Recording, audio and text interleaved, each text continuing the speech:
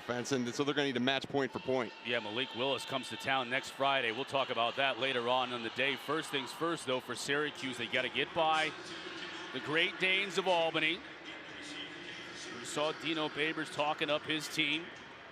As I mentioned earlier, Syracuse won the toss. They have elected to receive and take the ball first. Dylan Burns will kick off for the Dane train. Separated by just about 140 miles, these two campuses. But first time they've ever met here in the Carrier Dome. Toe meets leather, and we are underway. Short kick taken by one of the up men for Syracuse, and the Orange are going to be in great field position. Maximilian Mang. I was hoping we were going to say the name Maximilian Mang, the young man from Germany. He's got a name that sounds like a Bond villain, and I get to do it on the opening play of the game.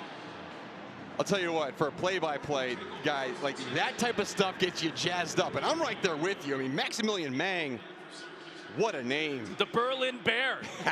That's what they call him. It's awesome. Freshman from Germany. Hopefully we'll be able to say his name more often throughout the course of the day. Tommy DeVito in the shotgun for Syracuse.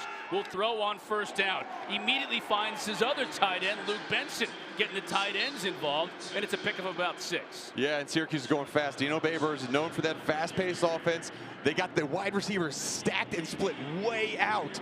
Really counting the box. Everybody's jammed in there. Look for them to pass it out quick to the outside. But see Tommy DeVito taking a little time, seeing this defense. This is a pass read for him. And they will move quickly. That was actually slow as molasses for Syracuse offensively, but he immediately finding a wide out on the outside. Ball's out. Oh, they ruled him down. Anthony Quealy made the catch, and he's ruled down. It'll be a first down for Syracuse inside Albany territory. Good move Quealy made. You see that ball, it was close. Close to coming out. DeVito on the outside. He'll look to cut it back up, and a good gain of 6 yards on first down. Jackson ambushed on the tackle. Great names already. We are 2 minutes into this game, and we've already gotten 2 of the best football names you could possibly get. If your name's Jackson Ambush, middle linebacker, what a great spot for you. That's amazing. Quick toss out to Tucker. He'll get the first down and more. Tucker exploded on the scene as a freshman mark last year. 4 or 5 games into the year, Dino decided, I'm going to hand this kid the rock and see what he could do.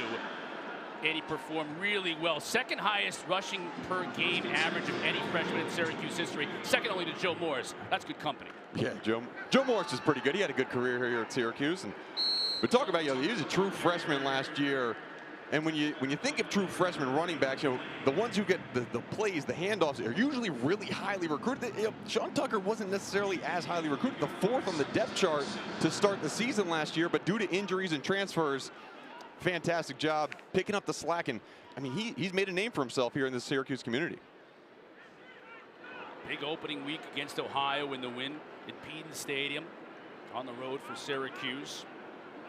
235 yards in the 2 games coming in. Albany showing pressure on the outside. Now they bring it. DeVito right where the pressure came from. Mark, what do you always tell me? If the blitz comes, throw where the blitz came from, and that's exactly what DeVito did on that play to Benson, who's shaking up a bit.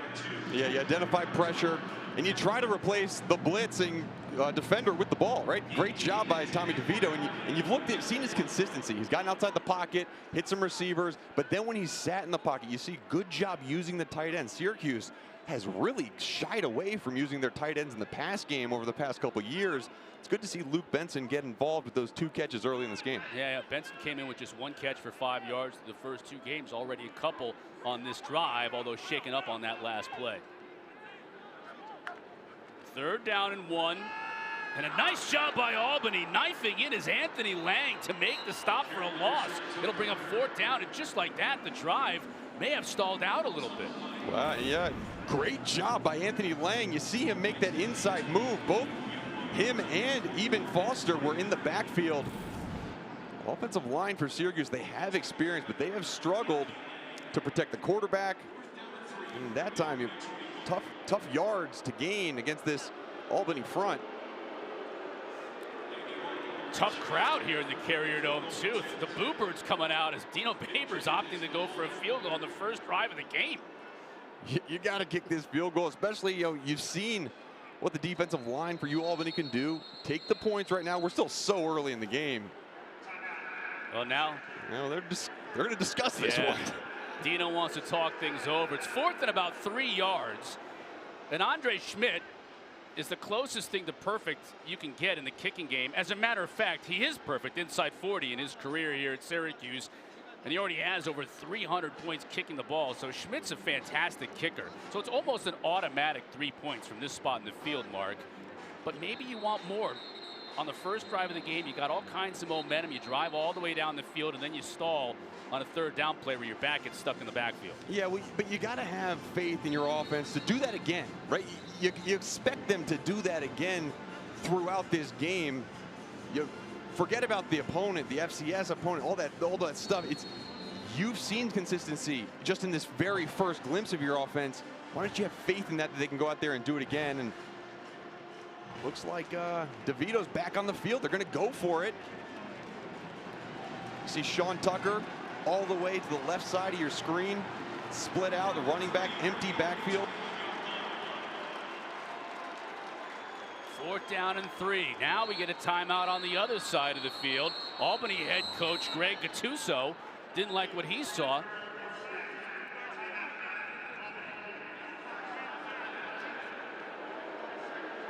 And Gattuso, there you get a look at Gattuso here in his 8th season with Albany.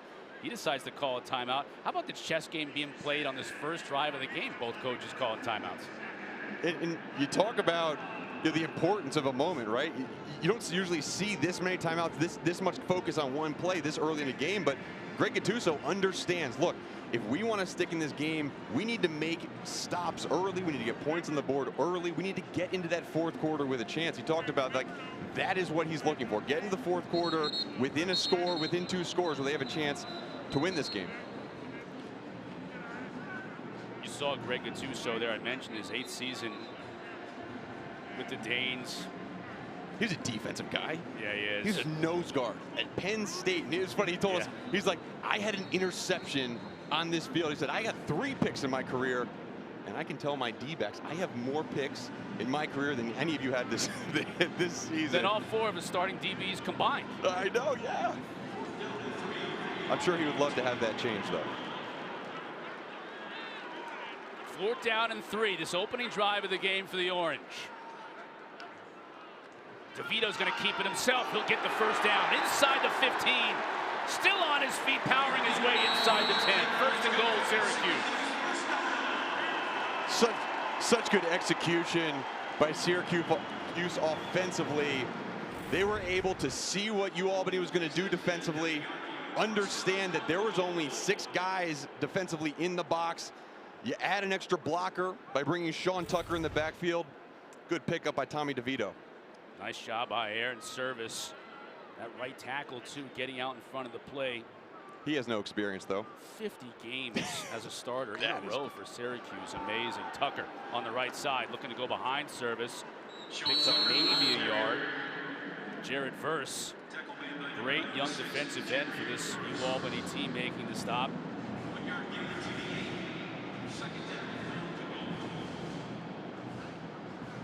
This drive now counting down, taking up the first 5 minutes of this game. Syracuse just converting on a 4th down to keep the drive alive. Now 2nd down and goal from the 8. They bring their taller receiver in. Anthony Quealy lined up at the bottom of the screen, one-on-one. Instead they give to Tucker, he'll score.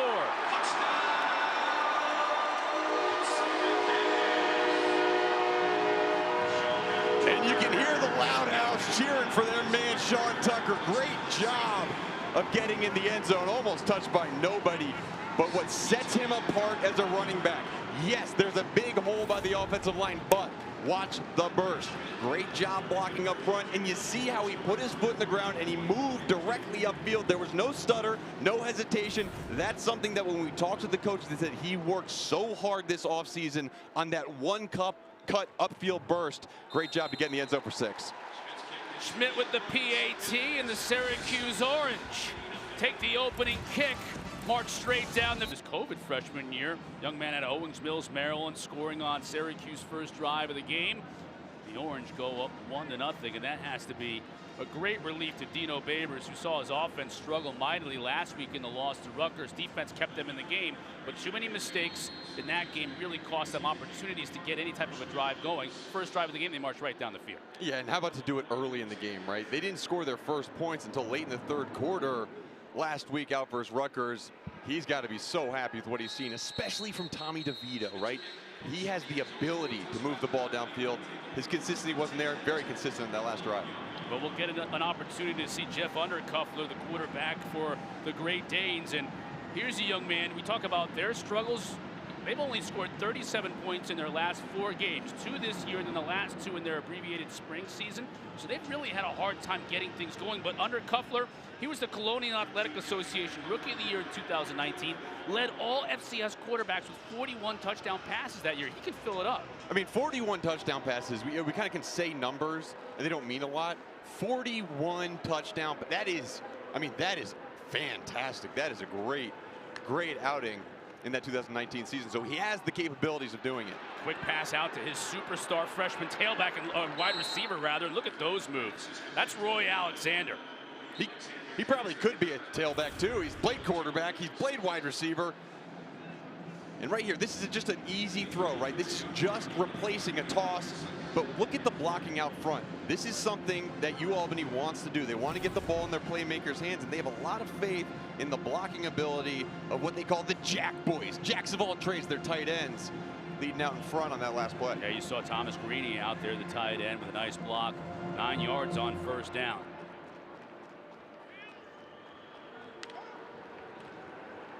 Again, throw it on first down over the head of Mike Gray, his intended receiver, taking a shot. And now it'll bring up third down. Adrian Cole on coverage for Syracuse. Yeah, Adrian Cole was giving a bunch of cushion on the outside. Undercuffler saw it. He just needs to drop. He just needs to catch the ball and turn and throw right now. A little hesitation on it, but now at 3rd and 1, Undercuffler's a guy who can run the ball himself as well. But this is right in the range of Carl Mofor. They're all CAA running back, number 21, lined up directly behind his quarterback. Double tights under center. Fumble on the snap. And it's fallen on by Undercuffler, but an opportunity lost for Albany as Coach Gattuso can't be happy about that. They get 2nd down and 1, and now it's 4th and 2. Oh, you see, he was expecting the ball a little bit sooner, but as a quarterback, you're taught regardless, don't back out. Once you feel that ball hit that top hand, then you back out. Coach Gattuso is not in the least bit happy about that. Danes forced to punt. Rawls gets it away, returnable by Pena. And he gets dropped immediately. Syracuse will take over. Their 2nd offensive drive of the day will begin when we come back. Up 7-0. We do have a flag down on the field. During the kick, personal foul, face mask, receiving team, number 27. That 15-yard penalty will be enforced from the end of the kick. First down, Syracuse. Timeout. Thank you, Dwayne Height, our referee on the day. Syracuse will start 15 yards back from where Pena caught the ball. 7-0, Orange on top. These two campuses separated by just about 140 miles, so good opportunity for the Great Danes, but so far it's been Syracuse who's really owned it. Quickly, DeVito on first down. Hits his receiver, Courtney Jackson. That'll be a first down. Jalen Johnson. We got flags. Let's check before we go to Jalen. Let's check on the flags first. Holding, offense, number 67. Half the distance to the goal, first down. So Syracuse moving backwards. First the personal foul, now the holding call. Jalen, what do you got for us? Yeah, guys, you mentioned how Luke Benson looked a little shaken up on that play, that the hit that he took. He came wobbling off to the sideline and went in the tent, and they put a brace on his right leg and came out and tried to run on it, and he motioned to his athletic trainer that he couldn't go. I think maybe this is his mom that came down to the railing asking if he was okay, and they directed her back. So he is off. No official word on if he's going to be back for this one. Yeah, it's bad news for the sophomore. Luke Benson had a couple of catches on that first drive, and I know, Mark, you were talking about how excited he must have been to be getting involved in the offense, and Now it looks like he may be done for the day. DeVito back to throw again. Now the pocket collapses. He rushes out. Just throws this one away. Yeah, and on the first 2 plays of this drive, they have run tight end lists. With no tight end on the field, they brought in another wide receiver in Trevor Pena, who is their kick returner, punt returner, playing in the slot. And you know, it's just a different look, a different option. You've seen what the effect of having 4 wide receivers on the field versus having a tight end. There's been so much pressure just in the first 2 plays on Tommy DeVito that was not there when Luke Benson was in the game. And going with the 4 wide outs. The fake. DeVito now he's going to try and get what he can. Goes down hard. Jared Verse was able to track him down, and now it'll be 3rd down and long for Syracuse. DeVito looks like he's slow getting up. He went into that sliding motion, but officials timeout for injury. But before that, he did get landed on by Jared Verse. Well, take a look at this play, Mark. Yeah, you see Jared Verse. He's initiated that movement of making that tackle before the slide was initiated, and there was also no contact to the head or neck area, so that's why there was no targeting foul. Right call. And now we got Garrett Schrader in there, 6'4", 230-pound quarterback, transfer from Mississippi State.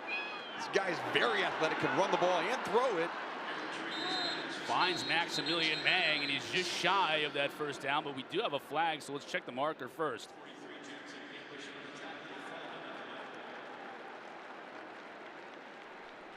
Personal foul, face mask, defense, number 4. 15-yard penalty from the end of the run. 1st down. Isaac Duffy, the transfer from NC State, on the tackle of Mang, grabbing the face mask, and that's a big play, as it'll not only bring a big boost to yardage, but it'll give Syracuse a 1st down. Yeah, big play, and they're going fast again. Talk about Garrett Schrader, his productivity as a freshman at Mississippi State, 1,000 passing yards, 500 rushing yards. He is capable of doing it. And he can run too. Here he takes off and slides. 2 yards before Mason Walker makes the stop. And the real question will be how much of the offense can they actually use with him, because Tommy DeVito being a guy who's in his 7th year, right, with Syracuse, and Garrett Schrader, this is really the first time that we've seen significant action from him. How much of the playbook is going to be open, or are they going to stay relatively vanilla with him? Give to Tucker. He cuts it back. Beautiful run. 40. Foot race. 25.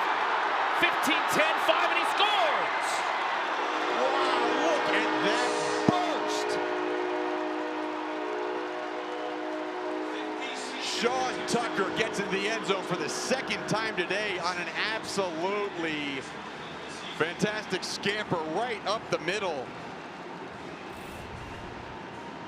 Watch the left side of this offensive line. Creating, that's a hole a Mack truck could run through. Look at that speed, and he needed it because Jared Verse, the defensive end, was right on his heels. Sean Tucker, I mean, a lot of hype about him, around him coming into this season, and he has not disappointed.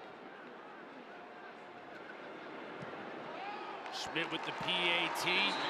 Tucker already 74 yards rushing in this game after taking that ball and racing 56 yards for the score. Here it is, Mark, outside, plants his foot in the ground, right into the hole. That plant of that left foot and getting vertical, it takes away all opportunity for the linebacker to fall back in and make a play, and that burst. You see that top end speed. We knew he had it. Coach Dino Baber said, I don't know if I've seen really that breakaway speed from him. Well, there you go, Dino. Now you know. Dino probably also happy that his starting quarterback, Tommy DeVito, outside the tent, got helmet in hand. We'll see if he comes back into the game or not. But certainly, in total, offensively, even though they've had to deal with a couple of injuries, Dino has to be pretty happy with what he's seen. Yeah, I'm sure. I'm sure he has. And we talk about keeping the offense vanilla or spice it up with Garrett Schrader. Well, when you got 34 toting the ball like this, stay vanilla, right? You don't need to do much else. That was fantastic, and that was a career-long rush for Sean Tucker. 56 yards on that scamper. Fantastic play.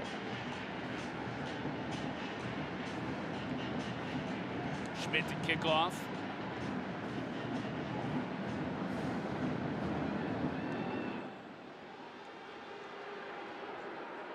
Alexander calling for a fair catch. Albany will start at the 25. Coming up at 4 o'clock Eastern, it's Northwestern and Duke from Wallace Wade in Durham.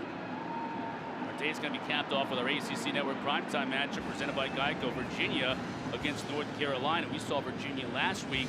That offense is amazing. That could be some fireworks in that primetime game tonight. Oh, absolutely. And UNC, they're in a situation where they're trying to rebuild some of that offensive firepower. Obviously, they lost a lot of guys into the NFL over this past draft.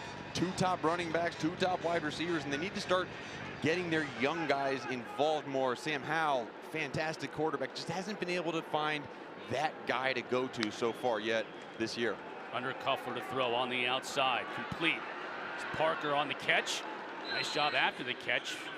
Kel Jones makes the stop, but that's twice now they've used that play where they put the ball in the hands of the receiver to make something happen.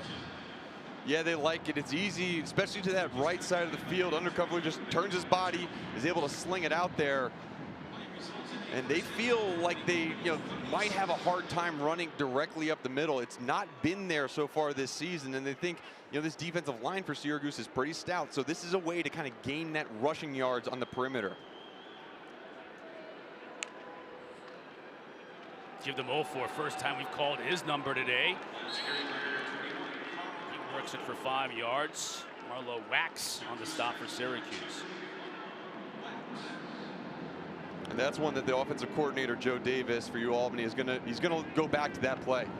I think Mofor had more yardage if he bounced the ball outside a little bit faster. The Albany offensive line did a good job of pushing the defensive line of Syracuse back on that last play. So we'll see if we see that same play again later in this game.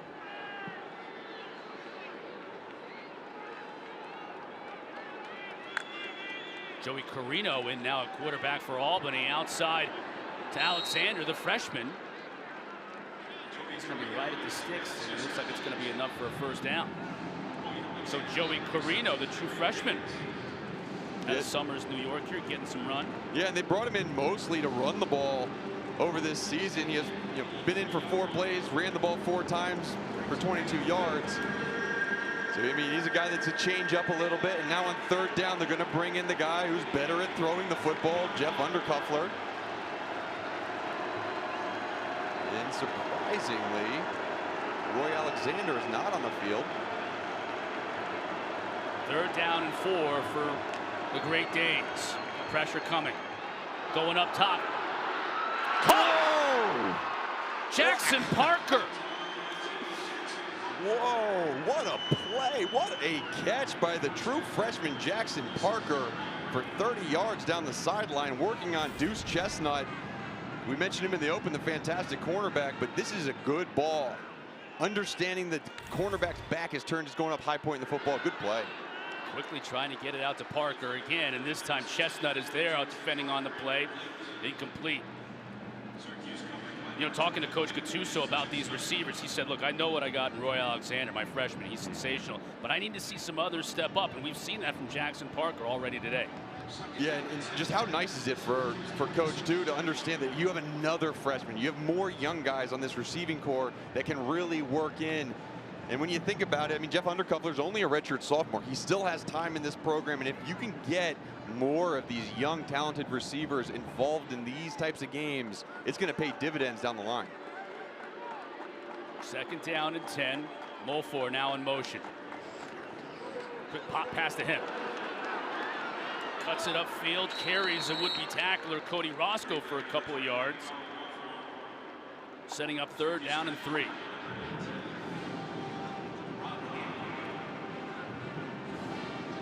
Mofor's a good receiver, too, out of the backfield. That's his 84th career reception. Yeah, he is. He's a very versatile guy. And now on this 3rd down, they brought in Roy Alexander for this play. He had sat out the rest of the series. Look for his quickness in that slot. He's lined up behind in the backside of that receiver at the bottom of your screen. In motion now. Undercuffler rolling the pocket. Tries to go underneath.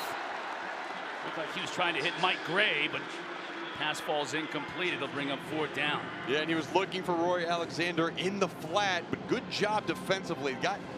Albany got in this bunch set after the motion. Syracuse did a really good job of passing off the bunch route, playing their men, and then also pulling up the quarterback on that rollout. So another good stand on 3rd down by Syracuse defense.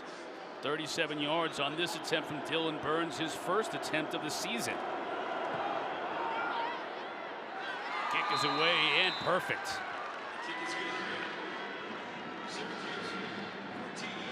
Syracuse defense bows up when they had to in the red zone, but Albany at least puts together a nice drive, a couple of long plays, great catches by Jackson Parker, and it was enough to put 3 points on the board. Yeah, and you saw them move the ball down the field. Really, it's been 2 drives, 2 times that Albany has been able to pick up some first downs, move the ball a little bit downfield. And that one, I mean, you saw something. You just saw something out of Jackson Parker, a guy that has not really had any targets so far in this season, in his career in college. And to throw one up to him just like that and have him high point the football, it's a good connection.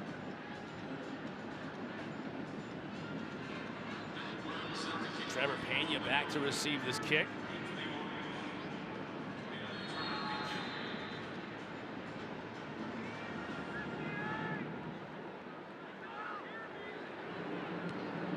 Burns, another high, short kick.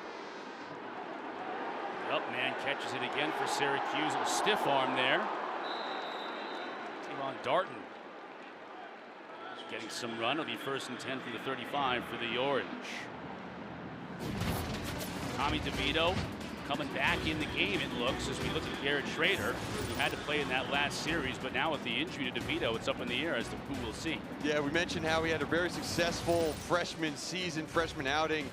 He moved to receiver, though, right after that. He appeared in 4 games as wide receiver, very versatile. Then he knew, look, I want to play the position that I went to college for, transferred to Cuse. He's gotten the opportunity some in this game. Obviously, you saw him on the last drive, run the ball, then hand it off. But Tommy DeVito back in the game. Gives it to Tucker. Brought down in the backfield, and that's going to be another 15-yard penalty. Versus showing you how athletic he is. He's all over the field. But unfortunately, he grabbed Tucker's face mask, and they're going to add 15 yards onto this one. Yeah, Jared Verse. Kind of an undersized defensive end. 6'4", that's good. 250, little small, but he plays with such speed and quickness. Personal foul, face mask, offense. Ooh, interesting. Wow. 15-yard penalty, 1st down. No, that is a surprise right there. Yeah. Where did this come from? Let's see it. Yeah, Coach Gattuso saying, bring it back. There's a face mask. There's a grab it. I'll tell you what. Deceiving. Looks can be deceiving. He got a shoulder pad on that tackle. Yeah, and that was the right call on Sean Tucker. Sean Tucker got his hand in the face mask, and interesting where the flag came from was behind the running back, behind the play. And so that other face mask, which, that was iffy as well. Jared Verse maybe got shoulder pad, maybe got face mask, but that wasn't visible to the referee, who's standing 15, 20 yards behind the play. Let that be a lesson to me. Wait till Dwayne Hyde makes the call before being presumptuous. Ball up in the air and intercepted. Christian Lewis is going to score for the Great Danes. Wow, what a turn of events. Whoa, okay. This is how Albany does it. Get back in the game through turnovers, through stops on 4th down. This was a fantastic play. Good job concentrating on the football. Christian Lewis was in man-to-man coverage and had his eyes back to the quarterback on the release. And watch DeVito. Steps up in the pocket, delivers a strike out to Pena, but Pena just unable to bring the ball down. And with 2 wide receivers bunched on the sideline, a tip led to an easy interception for Christian Lewis. And what a run back. And just like that, Chris, with the make of the extra point, we have a 4-point game.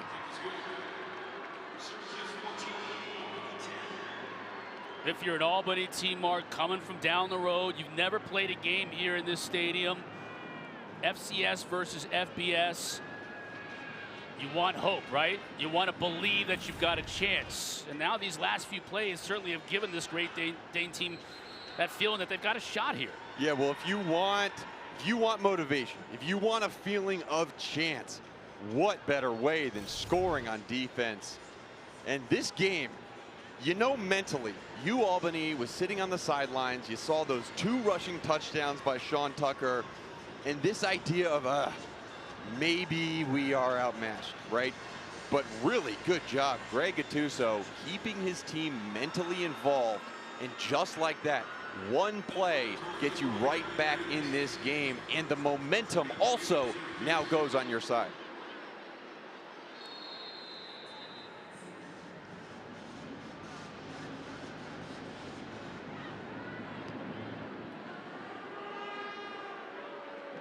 Burns out of the back of the end zone. Syracuse will take over from the 25.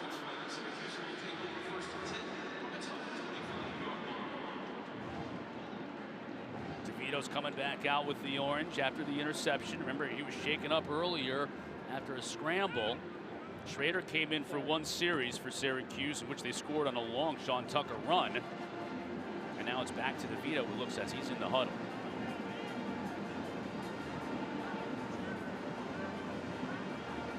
And although that interception wasn't Tommy DeVito's fault, that's been the knock, right? How can Tommy DeVito hold on to the football? Because we talked to Dino Babers. I said, does he lack any confidence? He said, he almost laughed at us. He said, there's not one thing that Tommy DeVito doesn't think he can do. And you see the talent in sparks, but he's got to limit those turnovers. That's when he's at his best. DeVito keeps it after the fake pitch to Tucker, giving him 2 yards. Jared Verse is there again. We're going to mention Jared Verse a lot today. This young man was the Colonial Athletic Association Rookie of the Year last year, number 96 on that defensive end spot. Coach calls him Smart Hulk. Yeah. He says sometimes he's got to be a little less on the beast mode and play a little smarter, but you can see why we see beast mode from him all the time. Yeah, he's the type of guy that he's in Hulk mode regardless, whether it's Smart Hulk or Angry Hulk. That'll determine his proficiency. Great catch. That's going to go for a score. Damien Alford, 73 yards. Now we're seeing some of these receivers step up. No Taj Harris, no problem for the Orange. First of all, that pass was immaculate by Tommy DeVito. He was taking a hit by Jared Verse, released an absolute dime and dropped it in there to Damien Alford. He is a 6'6", 215-pound true freshman from Montreal, Quebec. We asked Coach, are we going to see him at all? Does his size matter? Well, you see right there, his size matters, his speed matters. Wow, that is a spark that this Syracuse Orange team and the Orange fans absolutely love. Schmidt with the PAT. DeVito hung in the pocket and delivered a strike to Damien Alford. I mean, talk about composure, right? Tommy DeVito, after getting hit earlier in the game, stepping off the field, again, the same dude hitting him, but that ball hit his receiver in stride, 40 yards downfield. Those are the types of things we saw from Tommy DeVito in that 2019 season. Towards the end of that year, he was fantastic in his proficiency, no interceptions in the last 7 games of that season.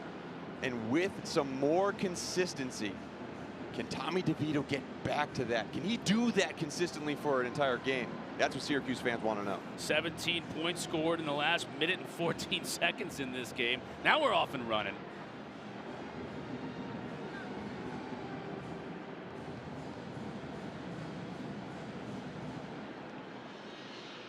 Yeah, Dino Babers.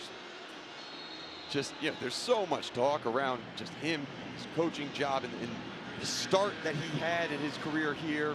Some big wins, some successful teams, and just you've seen a decline. You've seen a decline over the past 3 or 4 years, and he's really hoping that this year they can solidify their place in the ACC and get some wins, get up there above 500. They just have not been able to string together wins very much over the last 3 or 4 years.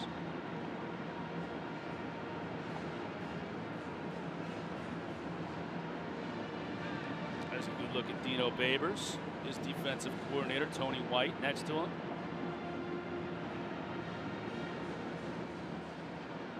Extra Yard for Teachers is an annual effort led by the College Football Playoff Foundation. It brings college sports together to support and honor great teachers across the country at games and on social media. To learn more about Extra Yard for Teachers, follow at CFP Extra Yard. Larry Banton in the game, getting the call. Trying to move the pile. Syracuse there to gang tackle him. Picks up just 2 yards. Banton, the transfer out of UConn. Getting a rare opportunity for a carry. That's his first carry of the season. Yeah, when you have Carl Mulford in your backfield, there's not a lot of other guys you want toting the rock. We've already seen so far today, Carino came in at the quarterback. Little change up of plays. There, LeVar Banton getting the handoff.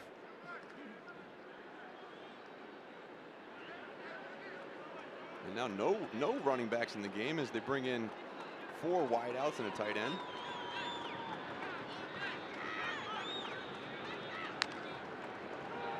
Syracuse coming with just 4, but they put pressure on Cuffler, and they'll bring him down.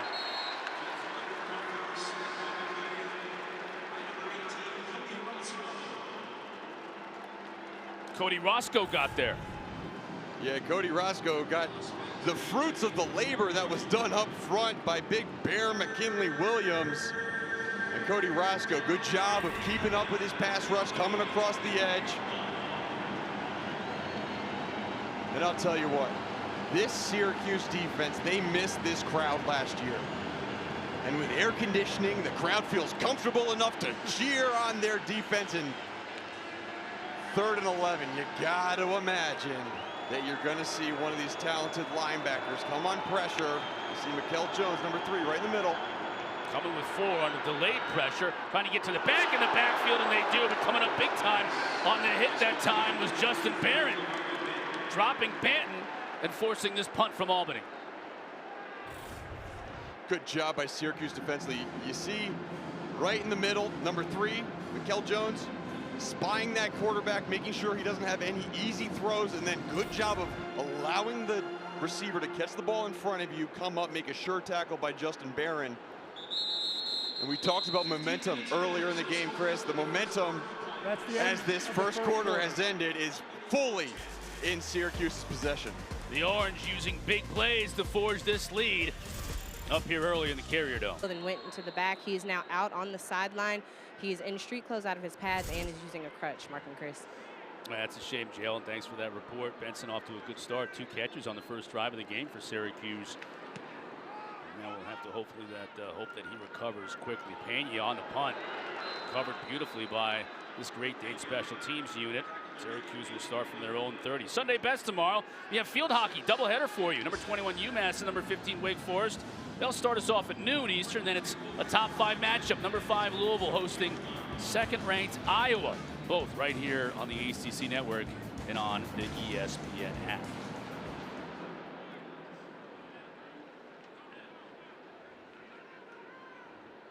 Tommy DeVito shaken up earlier on in this game, but he has come back with a vengeance. 4 of 6 passing the ball, 98 yards, including that bomb on that last drive where he connected with Damien Alford.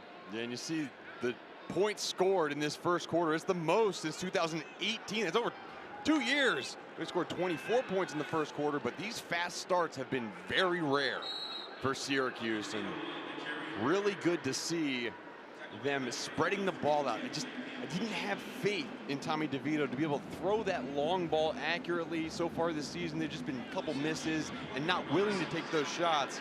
That last throw he had was fantastic. Now under center quickly. And a lot of room to run. That's Quealing down the sideline. They won't catch him. Another huge play for Syracuse, although we do have a flag on the play.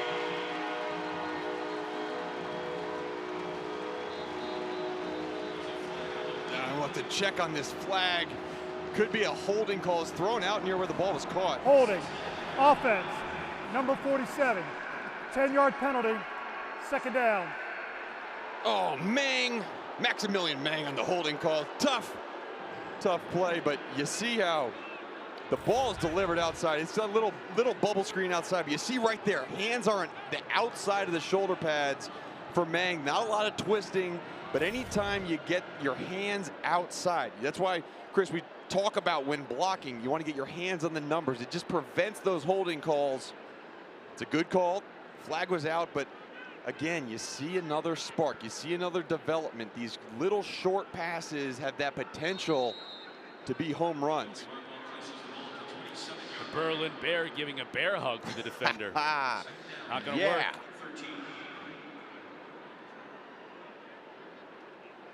So Tommy DeVito will start over. Ooh, and oh man, those big guys up front, they sprinted down to congratulate Quealy on his touchdown. They're sucking some wind right now. DeVito to throw again, pressure up the middle. Gets the ball off, sets up the screen to Tucker. He's got blockers in front of him. Cuts it back inside the midfield to the 40. On his feet inside the 30. They'll tackle him at the 28, but another huge gain for Syracuse. And the Orange are back in business. And how does Tommy DeVito feel right now? Pretty much, it was almost like the last 3 times he's thrown the ball, they were about to go for touchdowns, and they hurry up back to the line of scrimmage. And that doesn't work out very well for him, as they're going to move back 5 yards. False start. Offense. Number 52. 5-yard penalty. First down. It's so hard for Tommy DeVito to stand in this pocket. You see, he's got a defender on his legs. He had his ankles wrapped up when he made that throwing motion, but great timing. Screen plays are all about timing and allowing those offensive linemen to get up in front of your running back. Sean Tucker had 4 offensive linemen out in front of him leading the way. Abdul Adams now in the game for Syracuse behind DeVito. 1st and 15. Here's the give to Adams. He finds running room inside, gets back some of just about all the yardage lost on that penalty before Jackson ambushes him. Abdul Adams transferred in from Oklahoma, where he played in the 2016 and 2017 season. Opted out last year. Another carry for Adams, give him about 5. Bring a 3rd down, and we'll call it 6. And this is a big play, right? You got a lot of momentum. Obviously, the huge play that was called back, and then the big screen play. Settling for a field goal here would feel like a loss on this possession for Syracuse.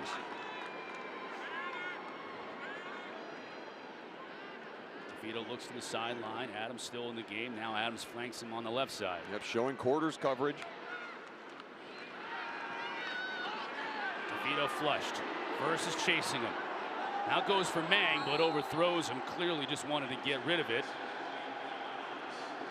And it'll bring up 4th down.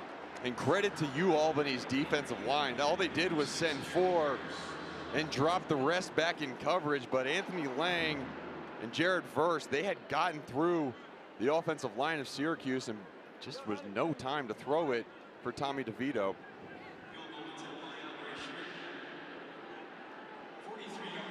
43-yard attempt here for Andre Schmidt. Former Lou Groza Award winner back in 2018.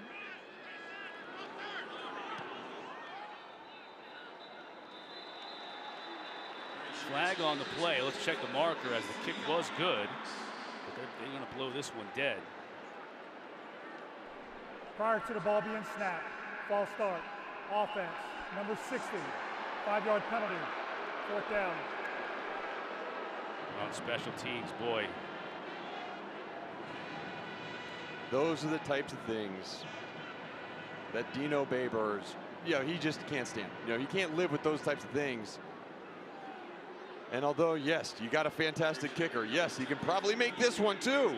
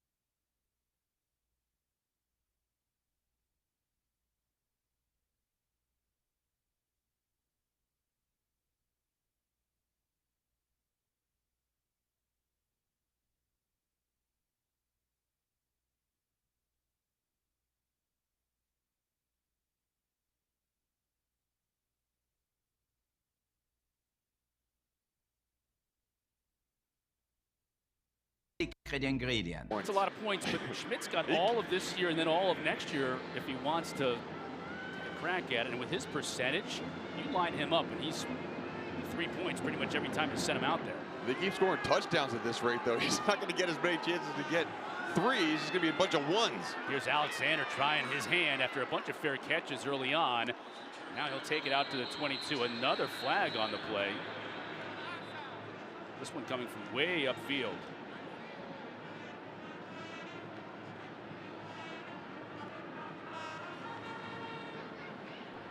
During the return, holding, receiving team, number 15. 10-yard penalty, first down.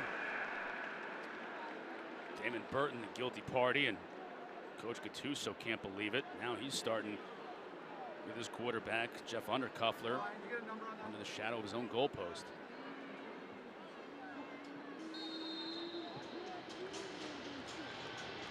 We've seen some sparks offensively from Albany, but just not able to make that consistent production. Only 61 total yards in this game offensively for Albany. And LeVar Banton back at tailback as Undercuffler goes under center. The fake, play fake to Banton. Tries to get it out to Banton, and that's going to be a fumble. Stephon Thompson came in there to knock it out of Undercuffler's hands, and I thought he might have been going forward, but they're going to rule it a fumble. The ruling on the field is a fumble recovered by the offense. Second down. Yeah, let's see this right here. Watch the ball, whether the arm was definitely coming forward, and it looks like it was a forward pass, not a backwards pass. So if that one was is taking a look at again, should be an incomplete pass, but nonetheless, back up even farther for Albany.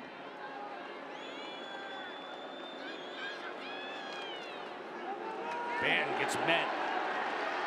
Carries a couple of tacklers a yard or so, but Marlowe Wax leading the charge for the Orange. And you know what? We haven't seen much Carl Mofor. I think he had 1 carry and 1 reception early on in this game. He may be banged up on that Albany sideline because LeVar Banton's getting the workload here.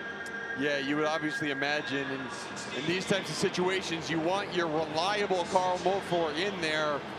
You might be right. And as we see right now, he's not in, and it looks like Joey Carino is also back in at quarterback.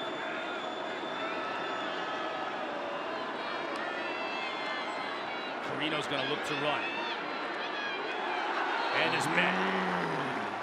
Won't get far. Mikel Jones is there to make the stop, and Albany's going to have to punt from their own end zone. Mikel Jones. All the kids out there watching, you want to see what you teach to tackle. That right there is how you are supposed to tackle a running back. Got his shoulders down, drove his feet wrapped up around the knees. Mikel Jones, the sophomore out of Miami, went to IMG Academy. I mean, he's a guy, he has next level potential into the NFL. Rawls with the kick. Pena from the 49. Straight upfield. Bye-bye. To the 20. Just got the punter to beat. Inside the 5, down to the 1. Got a flag on the play. Pena has Syracuse set up in great position. Let's check the marker, though, way back here at the 43.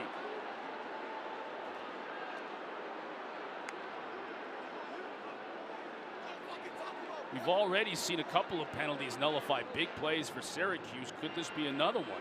Yeah, blocking the back. During the return, illegal block in the back, receiving team, number 24, 10-yard penalty, first down Syracuse. Cooper Lutz, guilty party. Timeout. Shaking his head, he can't believe it.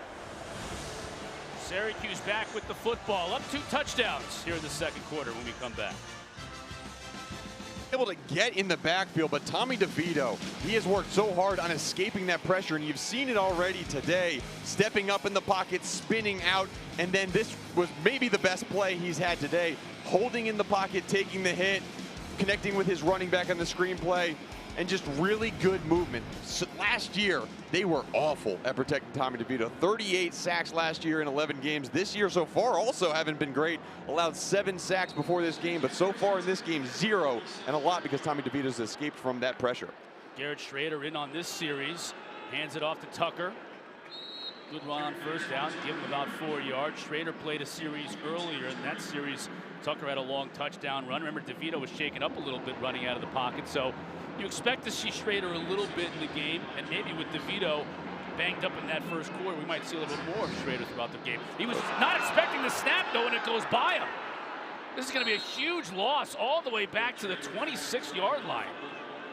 Now, that's maybe the problem with rotating quarterbacks. Well, I think that it's a combination of rotating quarterbacks, but you see him looking out to the wide receivers. Anthony Quealy was out on the far side of the field, signaling to his quarterback, someone who needed to step back off the line of scrimmage or something like that.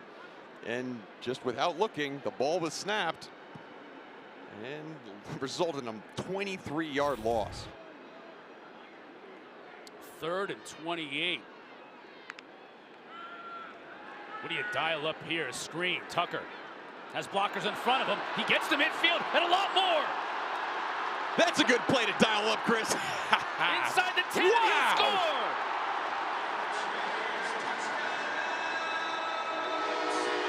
Wow, what a play again. You gotta know a screen pass is coming, but 72 yards on that pass. Maybe the easiest touchdown pass of Garrett Schrader's career. And you put the ball in the hands of number 34, and his vision and his speed. What a great job of finding the end zone. There is a UAlbany player down in the backfield. So Garrett Verse. You see him on the left side coming off, working on number 60, but from the other side, his own player bangs into his leg, and looks like it could have been a hyperextended knee or something like that, but he did walk off under his own weight, so let's hope it's not too serious. Verse, their best defensive player, and he's been putting pressure on Syracuse quarterbacks all game long. Schmidt with the PAT. 31-10 is our score. 3rd and 28, Mark.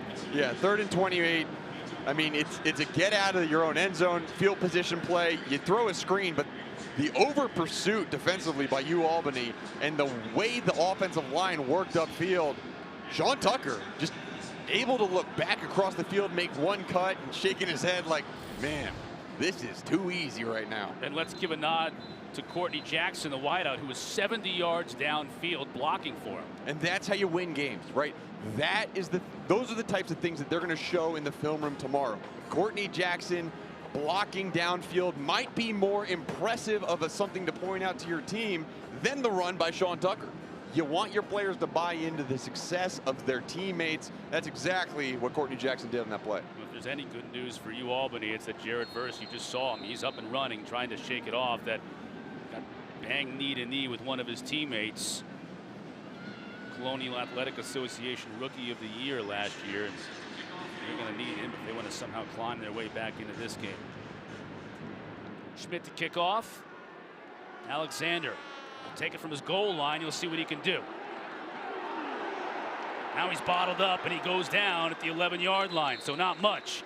Good coverage by this Syracuse special teams unit. Hey, coming up at 4 Eastern, we got more football for you. Northwestern and Duke from Wallace Wade and Durham. And then the day is going to be capped off with our ACC Network primetime matchup presented by Geico. Virginia squares off against North Carolina. Seen some fireworks in our game. Expect to see some fireworks in both of those games as well.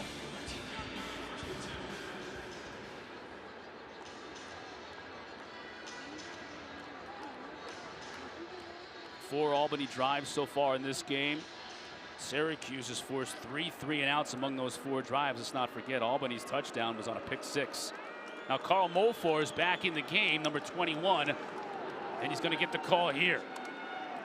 Bounces it outside, almost stays on his feet, but does a lot of work for a 1-yard gain. But it's good to see number 21 at least taking carries for Albany. Yeah, really good to see him back on the field. Yeah, I'm sure it's the type of thing they want to get other guys in the game. They want to give him a blow. They don't want to wear him out, but If you want to battle back, right? If you want to get points back on the board and just have some momentum offensively, why not have your best players out there? Well, you're down 3 touchdowns, so you need big plays. Yeah, you do. Mofor's the type of guy that can give you an explosive play. Syracuse showing pressure off the corner. Yeah, they are. Look at Thompson, number 7. He's going to come, get right in the face of the quarterback and a fumble. Ball out. Syracuse recovers. Okechukwu on the cover, but it was Stephon Thompson who applied the pressure and forced the fumble. Chris, you saw it. Number 7 towards the line of scrimmage. And that's the timing, the hot route that you need to have from your wide receiver. Jeff Undercuffler understood. I got a blitz coming. He turned to look to throw it, but no wide receivers were looking at him. And that resulted in a great hit, great forced fumble by Stephon Thompson. And Okechukwu feels very good with the ball in his hands. He likes that. Coach Gattuso and his staff having a word with offensive players, and that is a costly fumble, setting up Syracuse and Schrader back in the game from the 12-yard line. Look at that, Okechukwu. He's trying to explain to everybody how come he didn't pick it up and run for a touchdown. Here's Tucker. He'll run for a touchdown. He said, I wanted to give Sean Tucker another chance of scoring. What? Okay, well, this is the Sean Tucker game. How about that? He is having a huge day. His 3rd rushing touchdown. 3rd rushing touchdown. Unbelievable.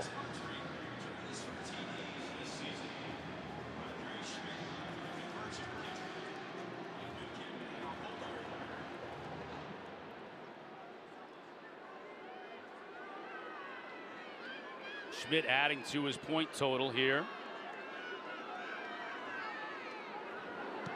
He's so automatic, I give it to him before he even kicks it. I never learned anything. Tucker again. It's been his day. 116 yards on just 2 catches and another touchdown through the air. Really helping Syracuse build this big first half lead. I think helping might be an understatement. That guy is doing it.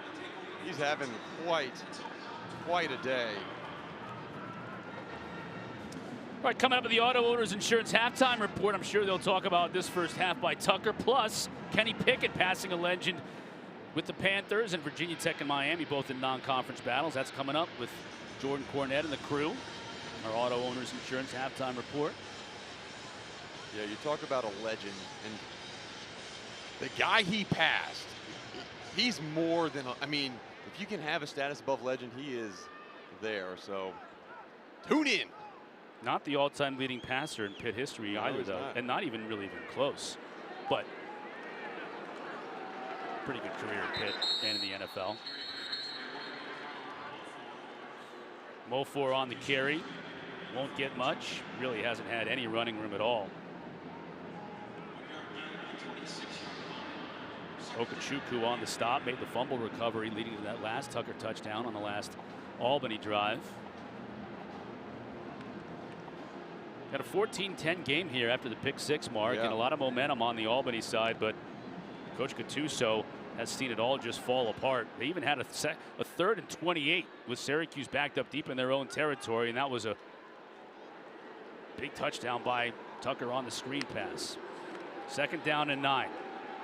Undercuffler cannot connect with his receiver. That was Mofor out of the backfield and brings up 3rd and long. And if Undercuffler had a few more seconds to look downfield, he had Jackson Parker wide open, screaming down the field. That could have been a long ball touchdown pass, but the pressure up front by Syracuse is just not allowed Undercuffler to have the time to even look, take his vision past 20 yards. And the crowd, again, another important factor for this defense, and offensively, it's just so hard to make adjustments at the line of scrimmage.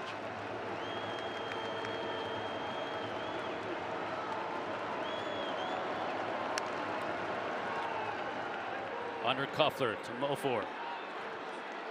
And he'll be stopped for next to no gain. Jason Simmons from his safety spot. Syracuse is flying to the ball on defense. Yeah, well, they've reloaded this secondary with transfers, with true freshmen, and Jason Simmons, who's a transfer from New Mexico State, that 2019 season, a really good job coming up, playing that free safety spot. But look at that tackle. I mean, you get a guy who's good at playing the middle of the field, very rangy, and if he can come up and make tackles like that against running backs, you know you got something to build off of. Rawls has had a busy day so far, punting for Albany. Gets off a good kick here. Will it get a good bounce? It does. Then we got another flag on the play all the way back here by Rawls. Well, Rawls, they threw a flag on him. This is going to be running into the Running kicker. into the kicker. Defense. That penalty's declined. First down. That would have only been the 5-yard variety. Rawls would have had to re-kick anyway. Let's take a look. It's a pretty good acting job. Yeah, there was a little double bump, but did not land very gingerly. Good call. So now Syracuse offensively with 6:15 left to go in this first half. Garrett Schrader at the quarterback spot. Tucker bounces it outside, still on his feet. Now has a hole. Get out of here. Wow. 40. Finally ran out of bounds, but another big gain by Sean Tucker. And another flag back in the backfield. This may be coming Holding. back. Offense. Wow. Number 29. 10-yard penalty. First down. That wipes out a 40-yard run. How many big plays have been called back against Syracuse in this game? Could you imagine what the stat line would look like if there weren't penalties? I mean, I'm not going to say anything, but what a run. I mean, and the ability to have contact, right? He went up in the line of scrimmage, had some contact, and bounced outside, and then was able to burst downfield. That 79 yards is just the penalty yardage, not the plays being wiped out. Yeah, very true. It'd be about 279. Yeah. First and 20 for Schrader. Pressure coming. He steps up. He'll look to run and just get what he can, and it's not so bad. Give him 4 yards. Second down and long. Danny D'Amico on the stop. Yeah, Danny D'Amico on the stop. And yeah, you see Sean Tucker coming off the sidelines. He's saying, I need someone else in here. Are you kidding me? Well, all the runs I've had, all the plays I've had, let's put another running back in. So they obliged. Yeah, Abdul Adams coming in. Got his first couple of carries of the season earlier. Now Schrader looks to throw. Receiver wasn't there. Verse chases him out of the pocket, so he goes downfield. Tried to hit Quealy, who couldn't come back for the ball before the defender ran into him. Crowd here wanted an interference call, but they won't get it. Yeah, that ball, I mean, it was way too underthrown. You see, there is contact, but even if he could come back to the ball, I think that's a good no call. There was contact. Quealy didn't have a shot at that football. It now brings up 3rd and 14. Again, this is a situation where Garrett Schrader has to stay in the pocket, try to throw the ball downfield. We've seen a bunch of screen plays on these 3rd and long plays. Albany coming with just 4. Schrader trying to get to Quealy again. Also underthrown.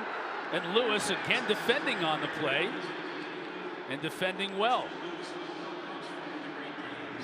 The past 2 balls that we've seen Garrett Schrader throw, he's done it a little bit unbalanced. And that unbalance in his stance while he's throwing the ball hasn't allowed him to get enough velocity or arc on the pass. And both of those falling short. Brings up 4th down. And first punt of the day by James Williams, freshman from Watkinsville, Georgia.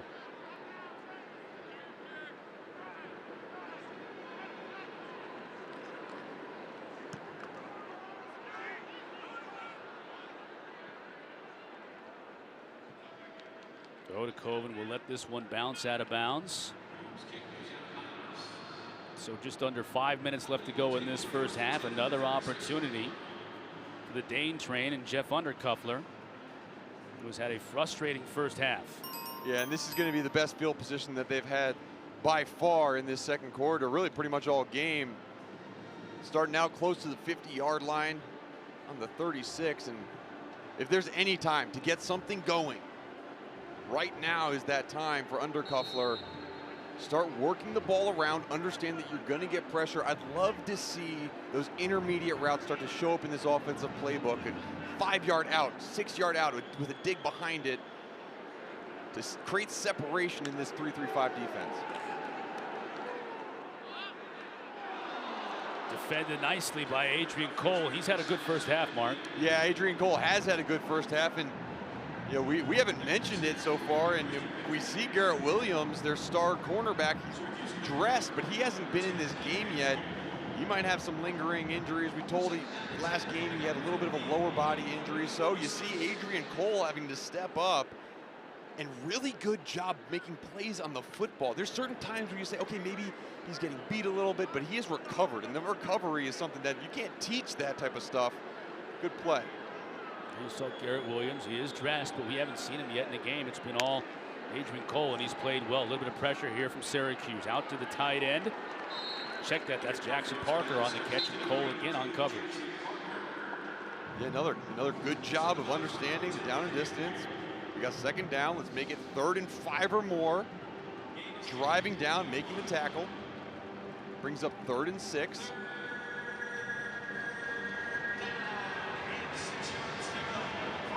And as this crowd gets loud, it would be interesting to see if they're looking across the way. Syracuse had so much success with the screen game. This is a really good opportunity. See if Syracuse brings pressure. Throw that screen pass to Mofor in behind it. Chris McAdams in motion. Throw out to the running back Mofor, but incomplete. McKinley Williams putting the pressure on Undercuffler in there. You mentioned in the open, 9 sacks in the first 2 games against Albany. They just haven't been able to protect the quarterback. And today, Syracuse has put all kinds of pressure on Undercuffler. Yeah, they have put pressure on Undercuffler, and Undercuffler, very good capabilities, very good physical skills. He's going to have to take up that decision-making factor, and the speed at which he goes through his reads just a little bit more. He had a running back open, but it was his 4th read in the progression, unable to find it until too late to make that completion for first down. Rawls again to kick. Pena with a fair catch. He'll make it and get drilled. That's going to be a penalty for sure.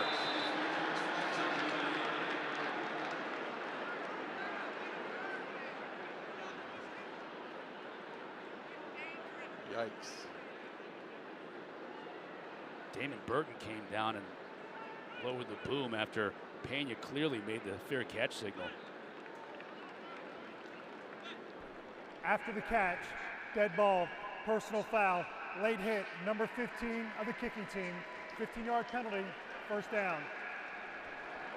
Burton shaking up a little bit on the play. It looks like he was surprised that he got the penalty. Yeah, let's watch, because yeah, he gets pushed into that play. That really, technically, that should not be a penalty because he was pushed from behind into Pena.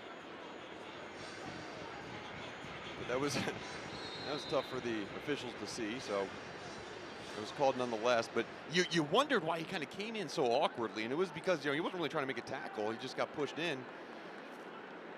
And Schrader's out there again, getting more opportunities with the score the way it is. Give to Tucker. And he'll do well just to get back to the line of scrimmage. Yeah, they're going to. The head linesman over here nearest to us is going to rule him down right at the line of scrimmage. We asked the coaches, right, what kind of sets him apart? And we mentioned Dino Baber said, look, he's got speed, but maybe not breakaway. Well, that was canceled out. We've seen the breakaway speed, but they talked about his balance, his ability to control his body close to the ground. You just see that rolling over a guy and staying on his feet on that last play. Schrader rolling the pocket. That's a receiver on the outside. That's Quealy. Enough for a first down. Easy pitch and catch that time. All right, so you're starting to see what Garrett Schrader's good at. Get him on the move. Get him outside the pocket. Let him throw the ball in those intermediate or short routes. You don't necessarily want to see him stand in the pocket and throw deep. And that is just easy right there. Tucker got 9 yards before he was even touched. Yeah, and so we're talking a lot about Sean Tucker, right? But this offensive line, we gotta mention the fact that that left side especially, the Matthew Bergeron and Chris Blish, those guys, they have been dominant.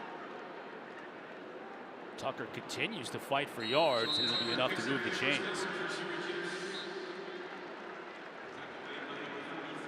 How about the grit, right? The grit of number 34, Sean Tucker. You see what he's done, what he's produced so far in this first half of the game, but they're still getting him out there, still getting the ball. He is tired. he is tired, but you know, this is part of what it takes to be that top tier running back. Can you do what you did in the first half in the fourth quarter? We will see. Adams.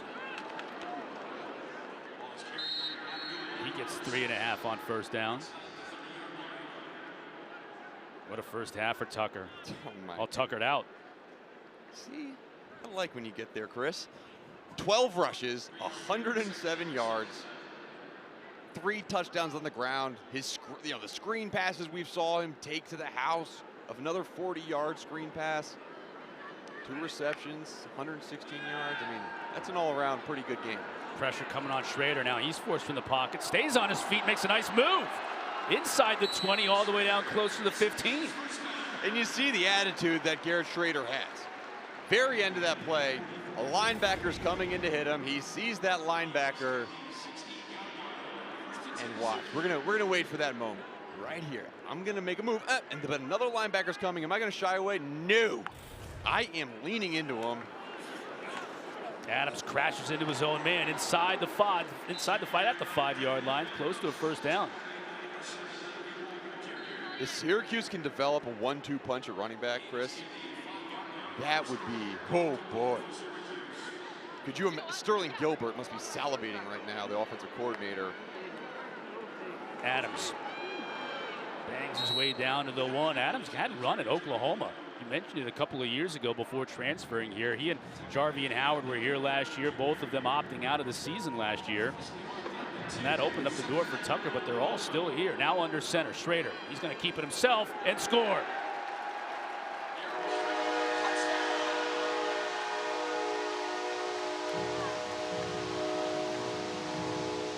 And adding to that big lead, Garrett Schrader, understand the soft spot. Look at that offensive line and tight ends. You talk about your boy Maximilian Mang, number 47 on the right side, totally collapsed. Albany's defensive line, and Garrett Schrader nimbly leaned into the end zone for a touchdown.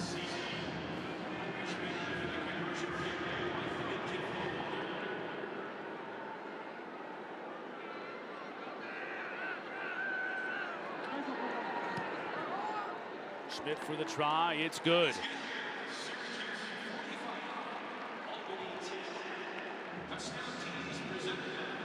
Completely dominant first half for the Syracuse Orange in every facet. Yeah, well, they're on pace to scoring 90 points this game. That, oh my goodness, what an explosion offensively, right, for Syracuse. And Dino Babers been criticized for maybe not having enough explosive plays. He was brought here to be that offensive guru coach. He picked up the speed and tempo of the offense. And after Dungy left, just didn't have that same production. But you see this game. Yeah, well, we saw Garrett Schrader getting it done on the ground. Get it done through the air as well.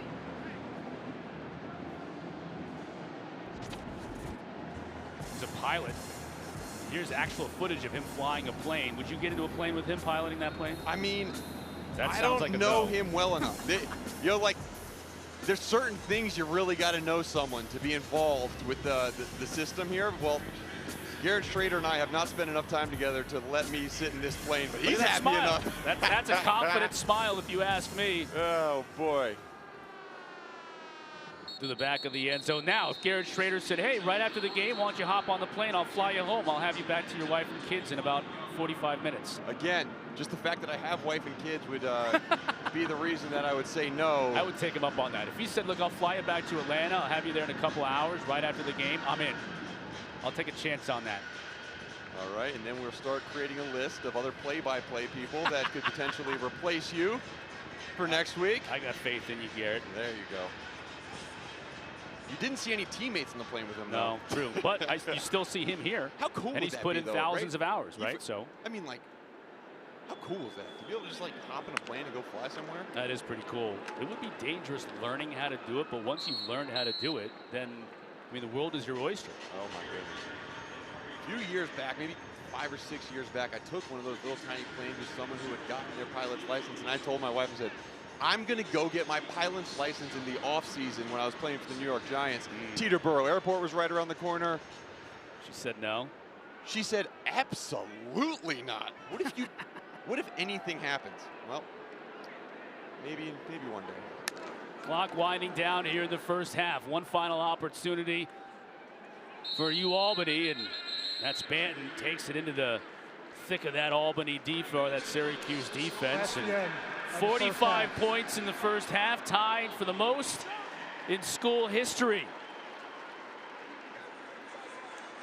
An offensive explosion, and the only touchdown for the Great Danes coming on a pick six. Total domination in this first half by Syracuse, and Jalen Johnson touchdown came on a pick six, and they have been frustrated all game long by, let's tip our cap to the defense too for Syracuse. Yeah, Syracuse defense has held Albany to 67 yards total. And Chris, you and I up here in the booth and fans at home, they've rushed for more yards than Albany has in this game, as Albany has -3 rushing yards in this first half. And here's a chance for Roy Alexander, who hasn't been able to get anything going on the offensive end, to their top receiver, trying to make something happen on the return game, and that hasn't worked much for Albany either. Yeah, Albany, they've tried a bunch of different things. They've rotated guys in at quarterback. They've rotated guys in at running back more than we've seen. But really, Roy Alexander, he might be a guy we want to feed the ball to more, right? Their coach is right now thinking, okay, how can we get explosive plays, the ball in the hands of our playmakers? That's what they need to do, right? You can't get all back in this game at one time. You just start chipping away at this lead and build confidence for your team. Alexander out on first down, and Albany already starting. Offense, number 67, 5-yard penalty, first down. Deep in their own territory, and Crit Johnson's false start forces them to start even deeper. Now from their own 11. Coach Gattuso is just shaking his head. Played under Joe Paterno at Penn State, defensive tackle in the early 80s. And another false start call. Well, coming out of the locker room. False start, offense, number 69, 5-yard penalty, first down. You hope you maybe get some things straightened out, Mark, and 2 false start penalties cannot be what you had planned. Well, no, I don't know if you've ever had that planned unless you're, I don't know. No, you don't plan that. Now you're starting from your own 6-yard line. And last time Albany was back in this situation, you remember that big Stephon Thompson sack and the fumble recovery. So we'll see it. Stephon Thompson right in the middle of your screen, showing pressure.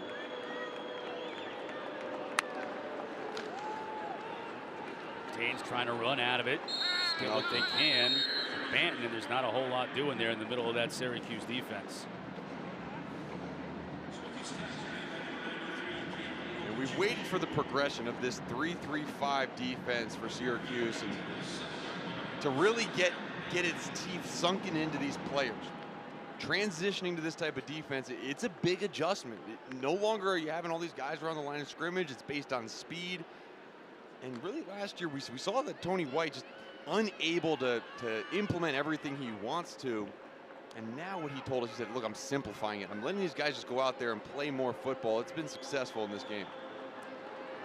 Second down and 19. Undercuffler fakes the handoff. Now under pressure at his own goal line. And he's brought down at about the 1.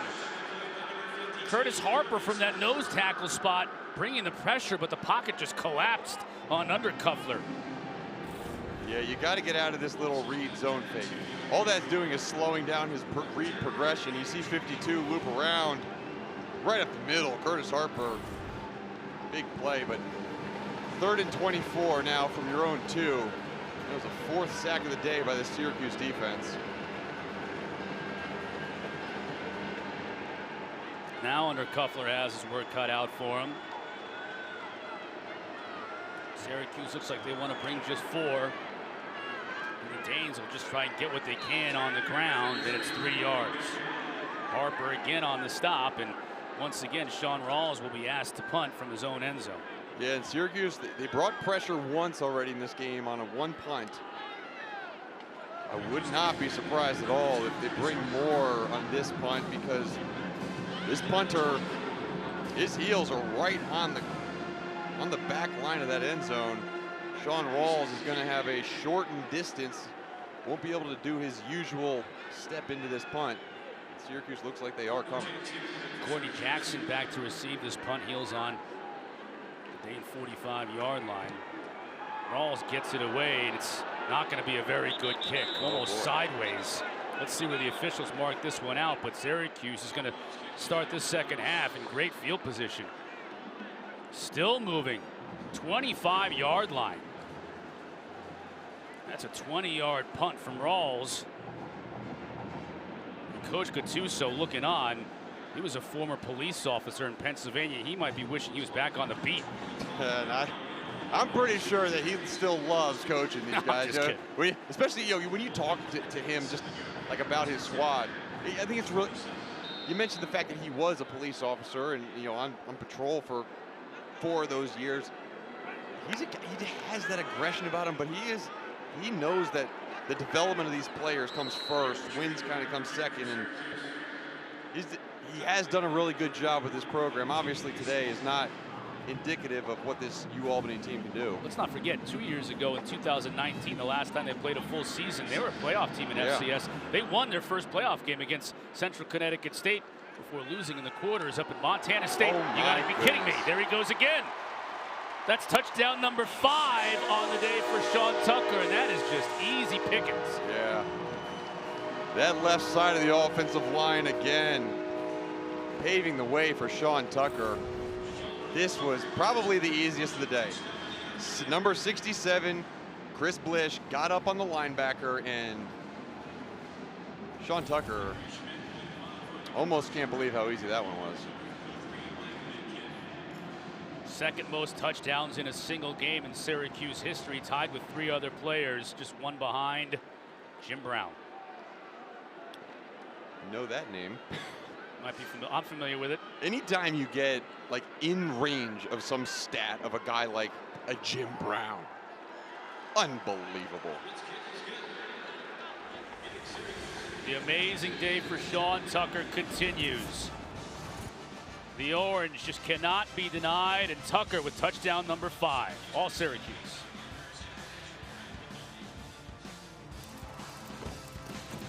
Of this year. So not only do we have number 44 up in the rafters, but there you see the players all wearing 44, the initials FL. In remembrance of Floyd Little and how important he was, not only how great of a back he was here, but how great of a man he was in the whole celebration of his life. Great way to honor him.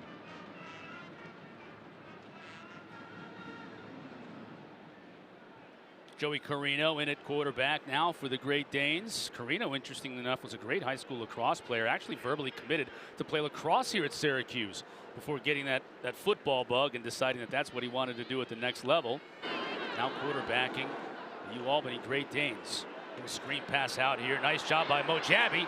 He picks up good yardage on first down, and they'll move the chains. These are the types of plays that were working in the first quarter for Albany.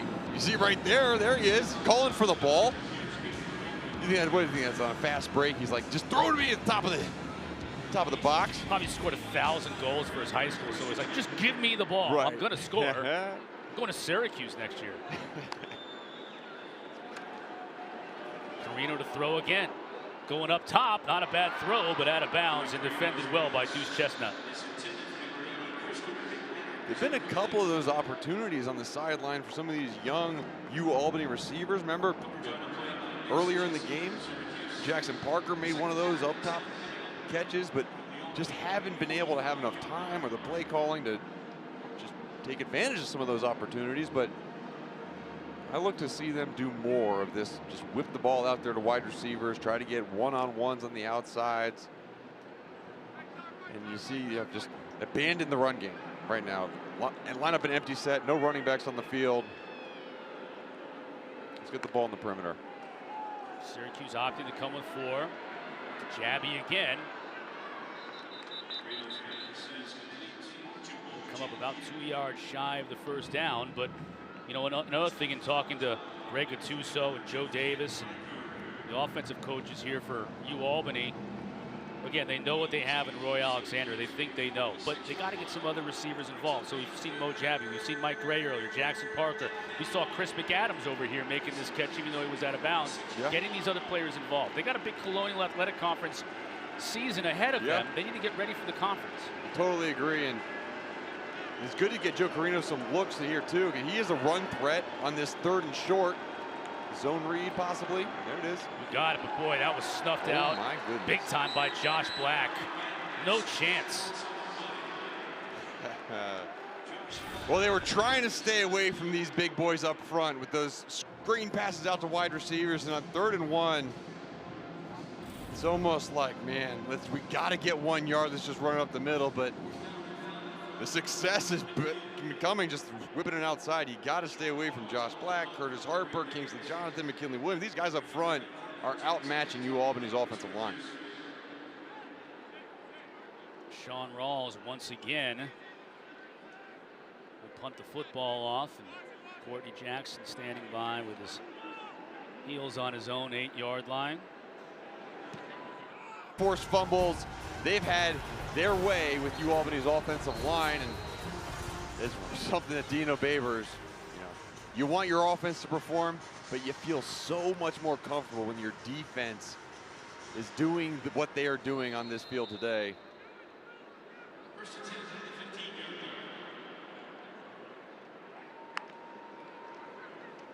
Give to Adams. Rolls through 1 tackle, but just gets back to the line of scrimmage. You know, you think about the defense, has played pretty well so far this year, Mark, but they've played Ohio, Rutgers, who's better this year, and now Albany. Next week, it ramps up. Yeah. I mean, Malik Willis and company come into town here Friday night with Liberty, and that's a different story. They're a very talented team, and offensively, that's one of the most dynamic quarterbacks in the country. Malik Willis, I mean, he's a guy that you just watch, and he amazes you with the kind of things that he can do on the football field. He can throw the ball so accurately.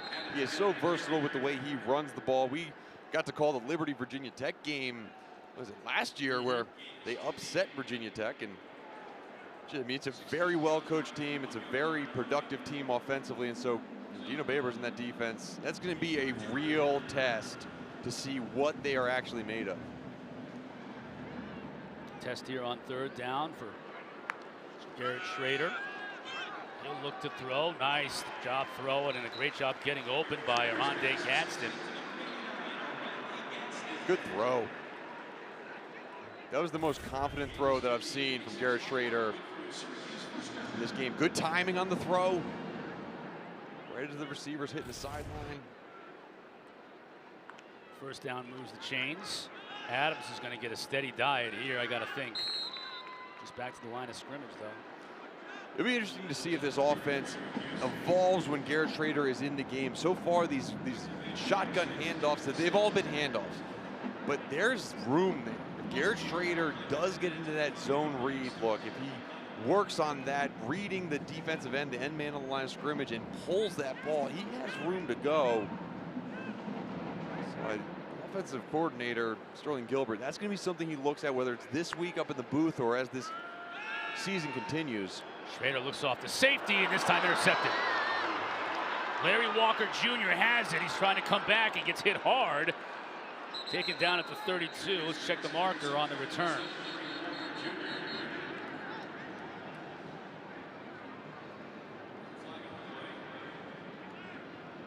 This is going to be post-possession. The ruling on the field is an interception during the return. Illegal block in the back, number 9 of the intercepting team. 10-yard penalty, first down.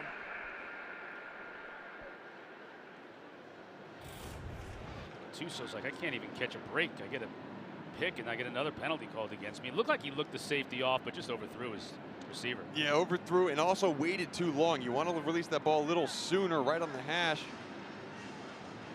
Tough to see where that block in the back came from. You've also got your second team quarterback throwing to your second team tight end. So they haven't had a lot of reps together. Am I right about that? Yeah, well, you are absolutely right about that. And, you know, the route was a little bit too wide, throws a little bit too deep. All these things that, again, you can afford them when the score is 52-10, but those are things that are going to need to be worked on and reviewed in the game. Undercuffler almost gave it right back over the middle in heavy coverage. Cantu-Arku almost was able to come down with it, but he did defend the pass. Yeah, that's what happens when you have a 6'4", 230-pound linebacker. Look at it. Just, it's hard to throw over a guy that tall. Gets that arm up there. Makes him almost 9 feet tall with the arm up. Cantu-Arku, him and Mikel Jones, they both came in together. They were true freshmen playing together. They have a lot of rapport with each other.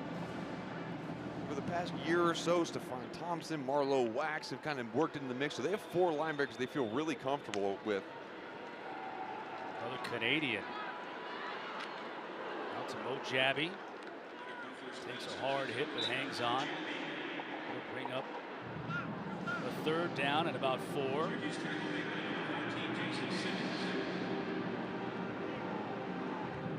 You talk about the Canadian players. There's a lot of Canadian players on this team, and they have a lot of actually foreign-born players. 3rd most foreign-born players in college football with 7. A lot of Canadians, Germans.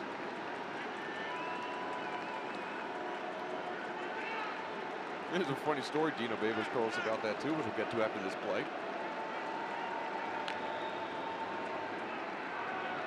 Another sack. Cody Roscoe, he's from Texas. Yeah, that's Draped not all over Undercuffler. That's the opposite of foreign-born from Texas, but again, this defensive line getting after it. Great sack, but as we kind of mentioned those foreign-born players, when Dino Babers was out in Hawaii, he had played with a couple guys who were from Canada, and one of these 6'7" big monster guys who he said, how did you get overlooked in the recruiting process? And so there's this treasure trove that Dino Babers feels that he can get in Canada. Obviously, they have a couple players from Germany as well. So some of these raw, physically talented players that play a different style of football, he brings in and coaches them up. Jackson with the fair catch out of zone 11. Syracuse up big. New York College has the most NFL rushing yards. What NFL player from New York College has the most rushing yards? I'll let you think about that one a little bit. Schrader, look at those wheels. He'll pick up a 1st down on 1st down. So from a New York College, so that's Syracuse, Stony Brook, Army, Albany, Columbia, Buffalo. Yeah, you mentioned Albany. Gosh, man, Playing football, Binghamton. Could it be a Buffalo? Think about that. Oh, that's dangerous, but he gets it out to his receiver. Buffalo's had some good good running backs. making the catch. Buffalo's had some good running back. Being 2,000. That's going back though, Chris. I gotta say. That was Cooper rather. Yeah, Devon Cooper on the catch. Yeah, 2,000. That goes back a little ways. Yeah. I was 13 years old. Yeah. Back in 2000. So who did I like watching back in middle school? Who knows?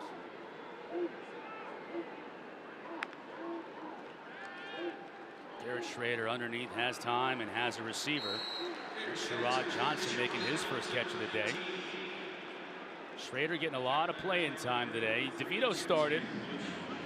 He played a lot of that first quarter. Was shaken up a little bit on one drive in the first quarter. I think the plan was always to play Schrader, but maybe not this much, but he's getting a lot of run today. Yeah, and I got to imagine Tommy DeVito's day is probably over. And Garrett Schrader now, okay, I'm going to put you in this game, and now you're going to have basically about half of football to show me what you can do. And this might be the type of offense that Garrett Schrader can be effective in. Get the ball out of your hands quickly. If you see an opening in the shotgun, take the ball and run with it, and then maybe implement a little of the zone read game. I mean, these are the types of things that can really fit into Dino Babers' fast-paced offense. Quickly out to Cooper. That play's worked, and Cooper gets free, still on the sideline, and finally tripped up inside the 25. Penalty flag down, though. Another holding call, possibly. Personal foul, face mask, defense, number 5. Half the distance to the goal from the end of the run. First down. They have Christian Lewis, so they'll add half the distance to the end of the play. Yep, that'll do it. Good job by Cooper to run through that. Speaking of Cooper, Cooper Lutz getting some run now at tailback for Syracuse. As Gattuso continues to shake his head, it has just not been his day. Fake to Lutz. Again out to Cooper. Pushed back by this Great Dane defense led by Larry Walker Jr. Made the interception moments ago. The Great Dane's an underrated mascot. I think it's a fantastic mascot. You like that? I like it. I like that you can work with it, with the Dane train. Yeah. There's a couple of things you can do with it.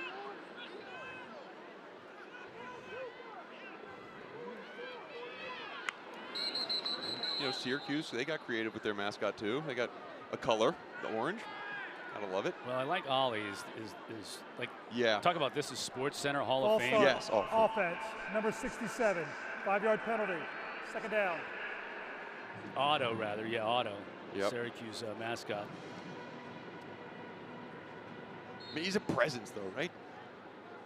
Out there with big round head. Yeah, it's sort of like him in the Western Kentucky thing, whatever that is, the Hilltopper mascot. It's not really a Hilltopper, it's just a blob, a red blob. Yeah. Otto's got to be around here somewhere. Lutz with the carry down to the 10, first and goal for Syracuse. There he is. Ah, look at Otto. He's masked up too, staying safe. What size head do you think he is? What size hat is that? It's got to be like a 15. Schrader in trouble here. Flag down. He escapes it.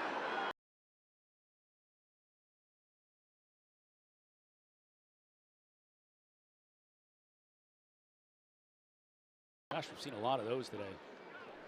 Personal foul, face mask, offense, number 67, 15-yard penalty, third down. Chris Bleich, guilty party. So now Syracuse moves back.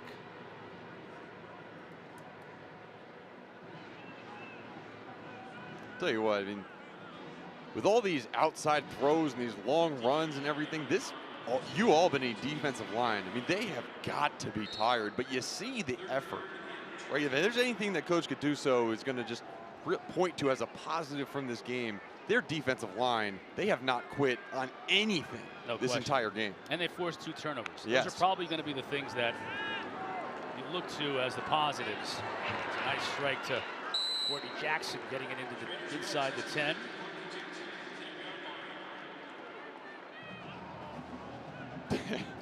Courtney Jackson wanted, he said, run it back through the same play.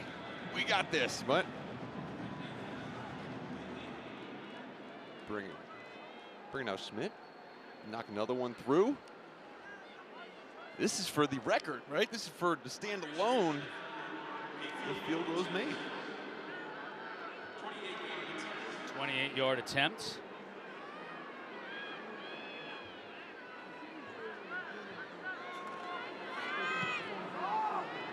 Sneaks it inside that near upright. Hugs of congratulation all around. Michael Midkiff is holder. Aaron Belinsky, the long snapper. A lot of congratulations. Yeah.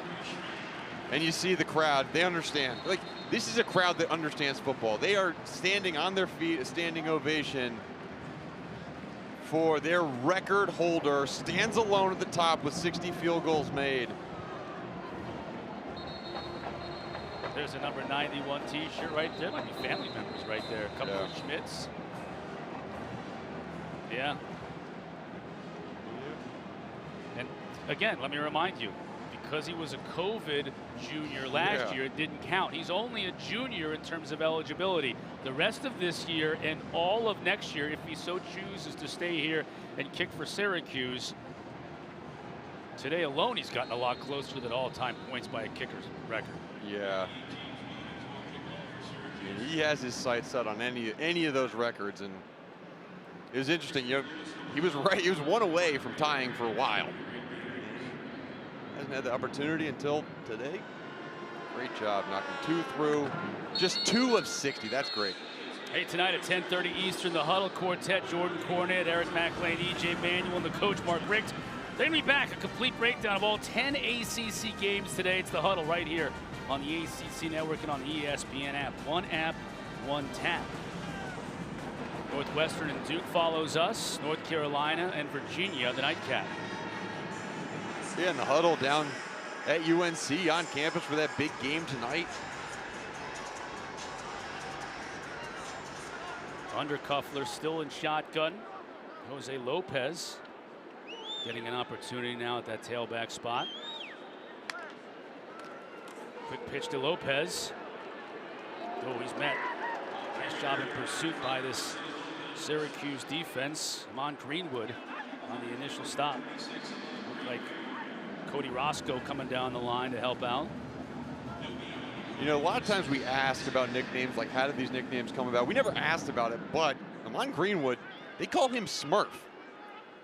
He's not that small, or definitely not blue, but they call him Smurf nonetheless. 5'10". I'd kill to be 5'10".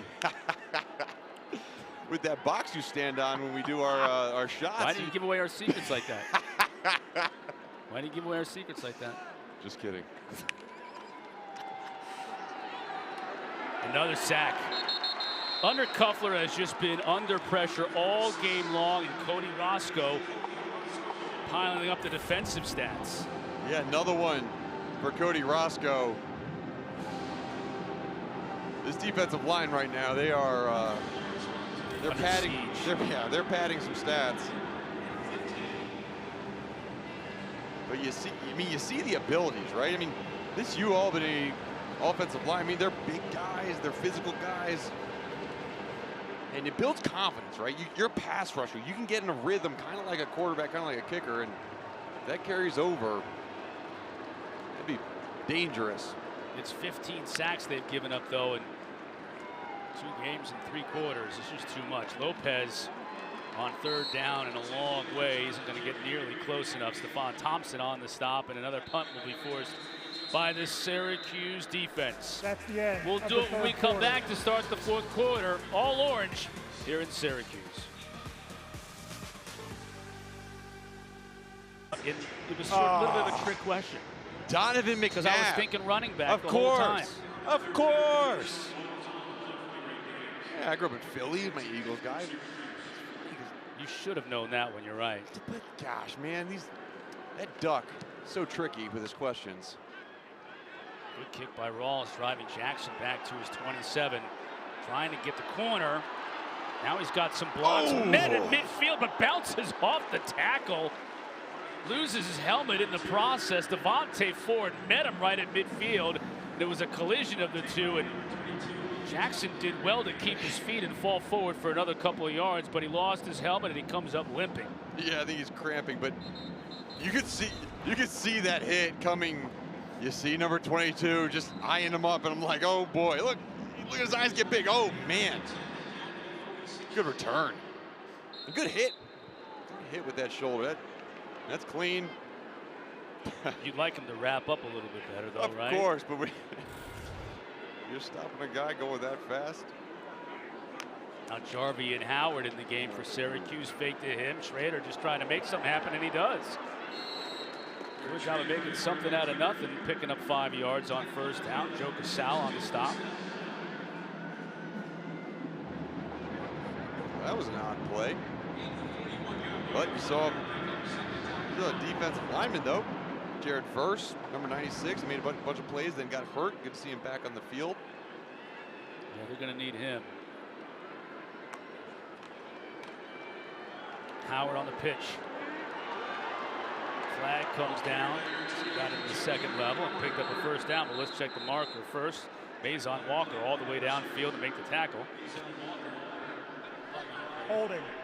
Offense. Number 88. 10-yard penalty. 2nd down. Mason Walker's a good story too, number 0 for Albany.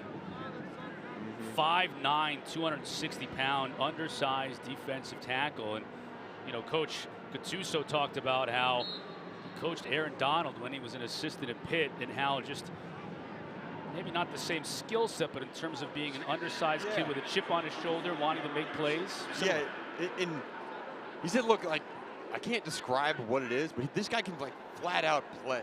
And he's made a couple plays in the backfield. He's so quick off the line of scrimmage. He has been pushed out of the way at times just due to his size, but those are the types of guys, right? When you're at the FCS level, you just live for them. Maybe they're too short to be recruited. Maybe there's some check mark that they just don't fit for an FBS squad, but he has had a fantastic career here, redshirt junior for them. Yeah, every time we talk about a kid like that when we do an FCS game, you talk about measurables, and maybe they didn't check all the boxes in high school, but they have things that you can't measure that make them successful at the FCS level. And that's exactly what a guy like Mason Walker brings. Yeah. Oh, man, that's measurable. And that's Jared Verse. I mean, this is a guy, Chris, I've been so impressed with him. So impressed. There are flags down, but I don't even care about those flags. 96, that dude, he has put everything out on this field today. We'll check the flag. It might be holding in the defensive backfield. Personal foul, face mask, defense, number 41, 15-yard penalty, automatic, first down. A.J. Mistler, another face masking penalty, so a big chunk penalty yards now being walked off against Albany. Coach Gattuso is going to have to clean that up before they get into Colonial League play. They've already played one game against Rhode Island, a tough, hard-fought loss last weekend, and now they go to Delaware next weekend. Yeah, you got to clean that up. Sometimes when you face a lot of speed, your hands get too involved because you get nervous about your own capabilities and defending the speed. Cooper's had a nice game here in the second half, getting some playing time.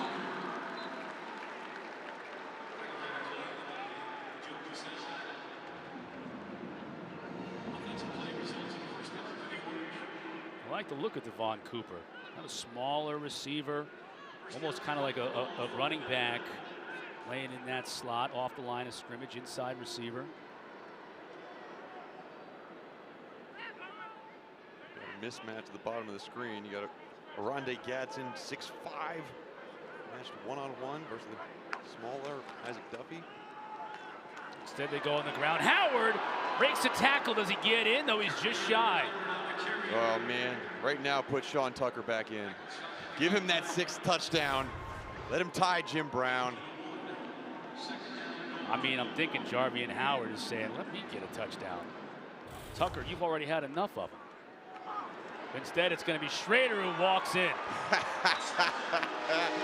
Oh man, Jarvian Howard threw his hands up in the air because he walked wide open into the end zone.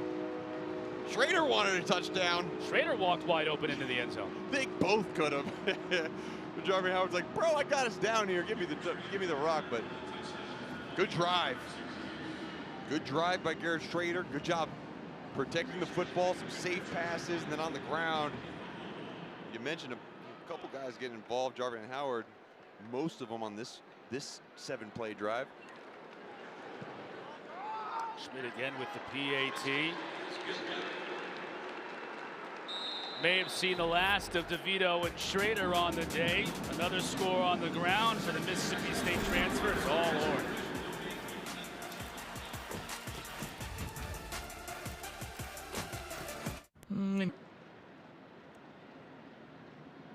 Everyone's excited about lacrosse in this upcoming season. And as the kick goes out of bounds, Mark, when we were here yesterday, we had an opportunity to meet with Gary Gade and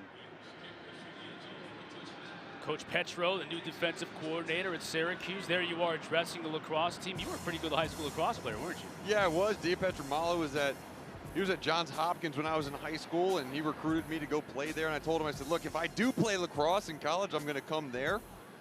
He told the story yesterday. Yeah, he came to one of my high school football games to scout me, and he said he stayed for about 10 minutes and saw me play football and said, we're not going to get him to play lacrosse. But I got to say, I mean, you know, my dad was my lacrosse coach growing up. He started our youth league in our town. I got a lot of lacrosse in my heart and love for it, and just names, right, that are around this program. And Gary Gate, I mean, you know anything about lacrosse, you've heard the name Gary Gate, you know how fantastic he was as a player. And then Dave Petramala, maybe one of the best defensive players to ever play the game. He's also on this coaching staff. So the last national championship for men's lacrosse here was 2009. They are they're looking to get back there. They are. And you think about it, we talked about Coach Desco's national championships, and there are the banners. And not included among those banners are several won by Roy Simmons Jr., who certainly wish him the best. He had back surgery last spring, and he spent the summer recovering from that. They're going to put his name in the Ring of Honor here at some point in time this fall. You know, one of our colleagues, Paul Carcaterra, played for him, just raves about how much of a player's coach he was and like a father figure to Carc. So Roy Simmons Jr.'s name is going to be put up in the Ring of Fame along with Jim Boeheim, Jim Brown. I mean, look at the names up there. Yeah. Ernie Davis, Floyd Little, Pearl Washington, the newest addition, and you can put Roy Simmons Jr. right to the right of those names. Those are the national championship banners, the 5 won by Coach Desco. Gary Gate played for, you know, the new Syracuse head coach. He's been the women's coach here for a number of years, but played for probably the best lacrosse team of all time. Many people think the 1990 team, they late were 80s. Unbelievable. Unbelievable. Joey Carino is a lacrosse player who verbally committed to play here at Syracuse before deciding to play football, taking his talents to Albany, and those are his talents right there, running the football.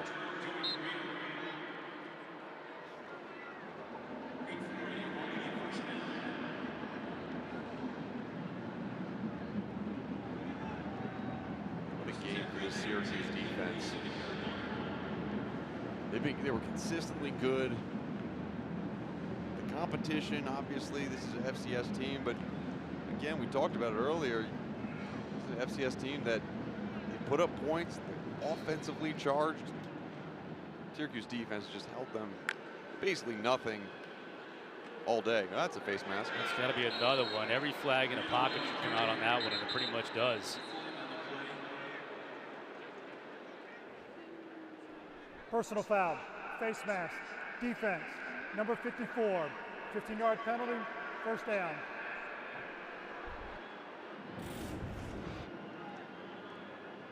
So there will be coaching points, obviously. Every game has coaching points. Big one for Syracuse is going to be penalties. Yeah. You got to get your hands down. That's the 7th face mask penalty called today. Other penalties that took away touchdowns off the board or big passes, and they've got to clean those up as the competition grows.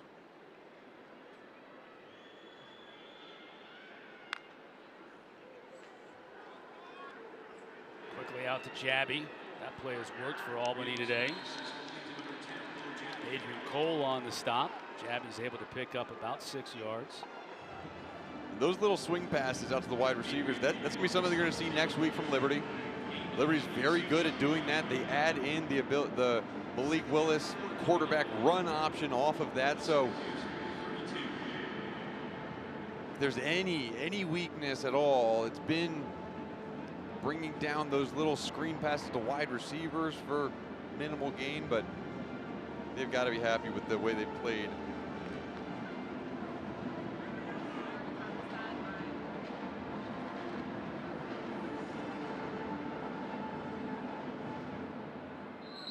Now Carino quickly on the timeout. Timeout. Albany, their first timeout of the half. We'll take it with him. Coach Gattuso will try and draw. 62-10 our score. Syracuse on top of Albany. 9:07 here in the fourth quarter. Second down and 4.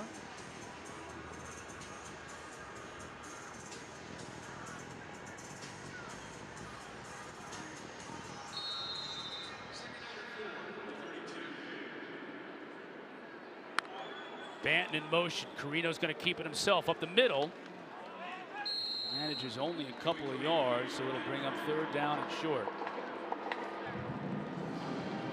Right now, Syracuse has basically their entire second-team defense out in the field, and One thing I've been impressed with too, even though these are all the backups, there's been really good communication on the motions out. Guys are covered. They're walking up to the line of scrimmage, showing one thing, getting back in another coverage. It's very rare that you get significant game reps when you're that backup position, but that communication, these plays might not matter for the outcome of the game, but the communication is going to pay dividends as we go forward. Oh, that's a good run. Carino takes the hit too. It stands him up, but he hangs on and stands his ground and moves the chains. There we go. That's a first down. Eighth first down of the day for you, Albany. See some of those quarterbacks coming up next on ACC Network. Brendan Armstrong, gosh, man, he's vaulted himself to really some of the top quarterback play in the ACC so far this season. A big test versus UNC tonight. Mateo Durant, too, running the football for Duke. It's off to a great start.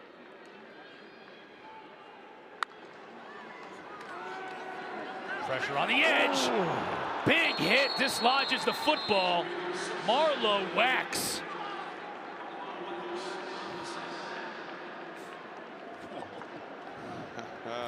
Carino got it back. I don't know how. Ooh, wax on, wax off. Oh, it just kicked right back into his arms. Wax can't believe it. Wax. Young guy again. Freshman out of Baltimore, Maryland. There's so many freshmen. Once you pass those three guys who play up front in the 3-3-5, I mean, they're littered with freshmen and sophomores. Look at this. This is coaching, right? Coaching guys on the fly, understanding that, okay, if you hit the arm down, the ball goes down. If you come and hit the ball, hit the arm up, the ball could pop up. You might be able to recover it. Every opportunity. Get a little extra coaching in. Dino Babers taking advantage. Another flag down. We have had a lot of flags in this game. Personal foul, targeting, defense, number 21. The previous play is under further review. That is an important play because of Kendall Long. He's guilty of the target, and he's going to have to sit out the first half Friday night against Liberty. I think that might be actually Anwar Sparrow. See him come in there. So when we look at targeting, is there an indicator? So that right there, the lowering and hitting with the crown of the helmet, that would be the indicator. No need for that. Wasn't really even a physical play, but that's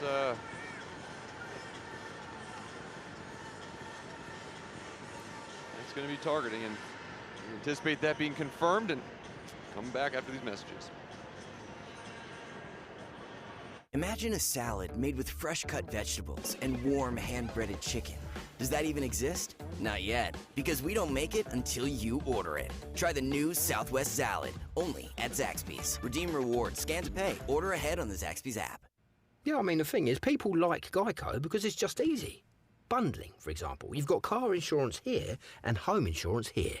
Why not? Zoop, put them together. Save even more.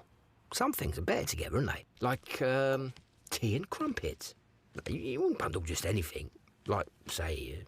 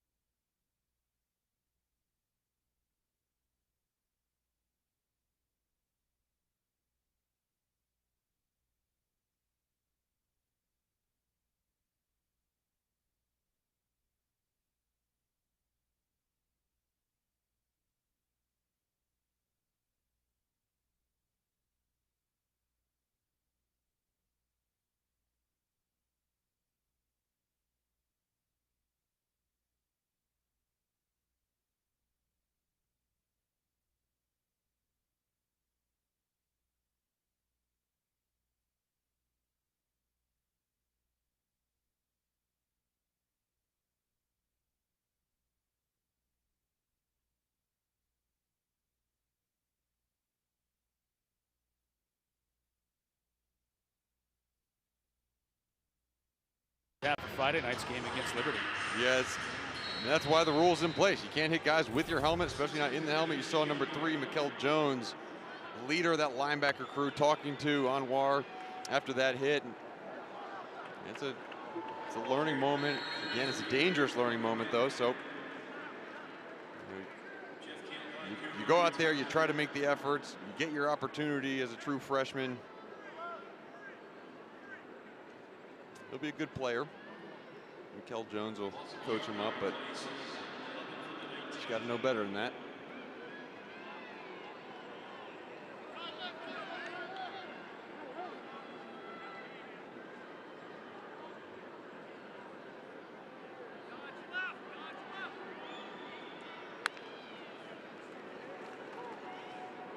Carino will keep it himself.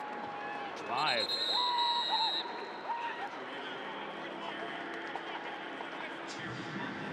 Carrying Terry Lockett on his back.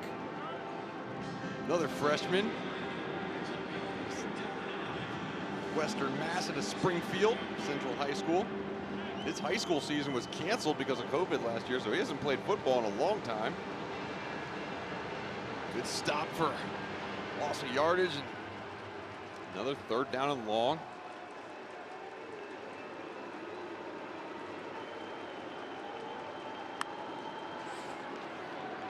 Just a 3-man rush. Carino spied on, but he has room. Will he get to the pylon? Just runs out of bounds after a nice run to get a 1st down. Yeah, you see the little burst that Joey Carino has provided. Again, Jeff Undercuffler, he's their guy.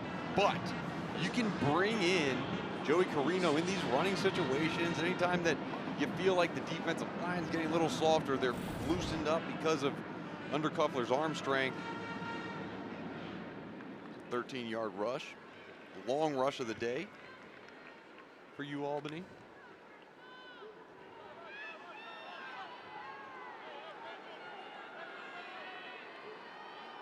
Rare red zone opportunity for the Great Danes. Yep. 1st and goal. Man coverage. Carino with pressure on the outside, and he's going to get sacked. He just came from all angles there. Terry Lockett finally got him, but he was just surrounded by orange.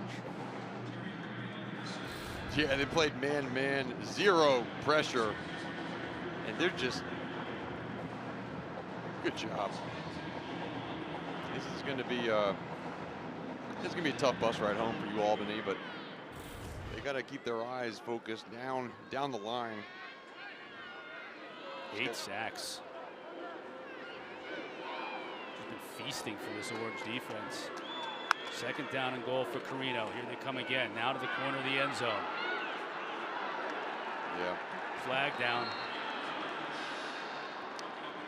Neil Nunn on the coverage, never got his eyes back around.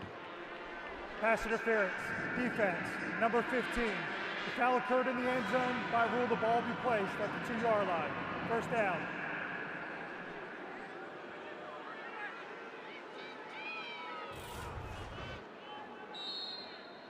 See Neil Young with the contact. Just got to turn your head back around, play the ball. 148 penalty yards today against Syracuse, most in school history. So on a record-breaking day, when we've seen a bunch of other records broken, that's one that Dino Babers is not going to be very happy to read about. That's insane. And those penalty yards, remember, they're those are yards of penalties, not taking away the offensive plays. Carino gets into the end zone and scores. 1st offensive touchdown of the day for the Great Danes. Well, that might not make a difference in the outcome of this game, but that's going to make a difference in the taste in this Albany offense's mouth. They're going to get on that bus. They're going to understand, look, we've got a lot of work to do. However, Coach Gattuso knows that this group of men will not quit. They are not going to quit, and you can build off that as a coach. That's something that, yeah, you're disappointed with the outcome. However, I know I got guys who will go out there and fight for a win. Burns with the PAT. Joey Carino with the score. Danes on the board. 4 touchdowns. He is the 5th ACC player with 100 yards receiving, and 100 yards rushing since 2004. And the last one to do it, he's in very good company. Dalvin Cook did it in 2016. Now that's that kick that we've seen from Albany. They've tried it a number of times straight up in the air to see if they can get a bounce, and they do. DJ McConnell was the one to go down and cover it. They've tried this a couple of times today, and it's been an up man that's come up to catch it for Syracuse, but in this case it falls in between, and they're able to get possession. Yeah, you see this ball just fall right behind the running back, I mean the tight end, Maximilian Mang. Yeah. And you're taught, if you're that position, never back up to catch the football. If the ball comes right to you, you catch it, but never back up to catch it. So the returner has to communicate, has to know that he has to be the one to come down with that football. So another chance for Joey Carino in this offense to get what you were saying, Mark, some positive vibes heading into next week. Carino now going to the end zone, just overshoots his man. Adrian Cole covering nicely on the play. Another flag. Wow. And it's a new record with each foul, with each penalty against Syracuse. Jeff Canton-Arku this time the guilty party. Maybe they're just having too much fun out there. They don't want the game to end.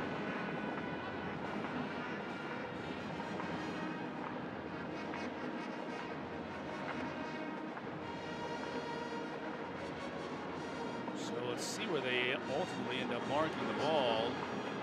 Right in the middle of the huddle. It'll be 1st and 10 from the 13. Or will it? No. It's in half the distance to There the we goal. go. There we go. Moving on up. Still 1st and 10. Looks like they can get a first down just outside of the goal line.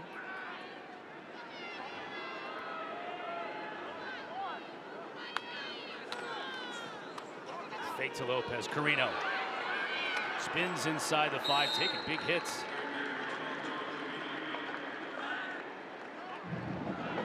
Pretty good read by Carino on that play. Syracuse brought pressure and a couple guys right in his face. Good pull, cut upfield.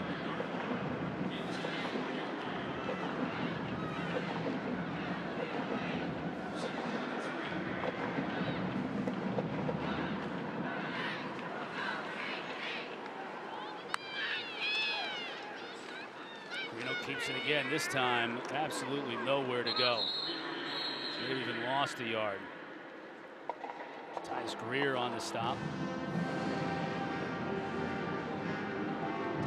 There've been a few times where Carino has got a defensive lineman on his back, and he must be in the squat rack too, because he doesn't go down right away. He doesn't get squashed. I like that big flak jacket he's wearing too. Next time someone says, Connor, you look like you put on a couple of pounds, I'm just going to say, I'm wearing a flak jacket. Yeah, of course.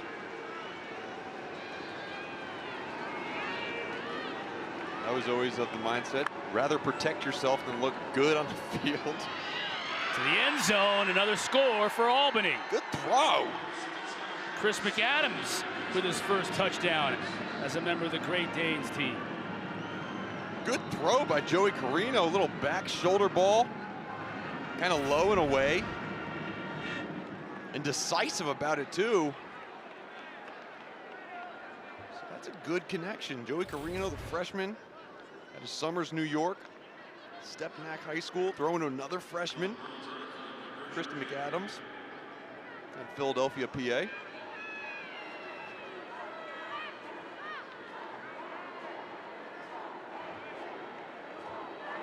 John Apolko now to kick for Albany.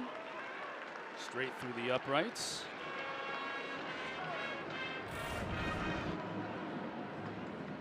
Good job finding the throwing window, putting it out there, and really good catch. Good focus and concentration by the freshman wide receiver. Back-to-back touchdowns. Carino getting congratulations from his teammates. He's done well here in the 4th quarter. Can you see that little smirk, that smile? It's all right to smile, Joey Carino. I know it's tough smiling when you still look up at the scoreboard, but he's Guy's got an opportunity today. He's made some good plays. He's been productive on the ground. You always try to build up, that backup quarterback, because you never know when you're going to need him. And I think Carino, he showed that he can come into that game and kind of provide that change-up to Jeff Undercuffler.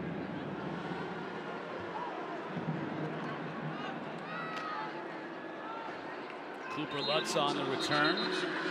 So this is just game one of a full slate of games we have today on the ACC network. Coming up immediately following us, Northwestern Duke from Wallace Wade Stadium in Durham. And then the day is going to be capped off with our ACC network primetime matchup presented by Geico. Virginia squares off against North Carolina.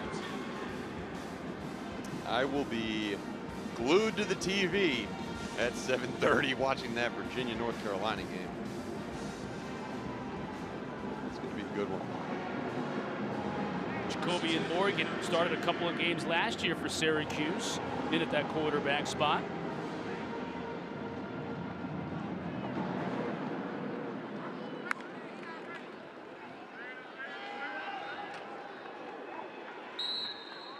Big hit on Jarvie and Howard.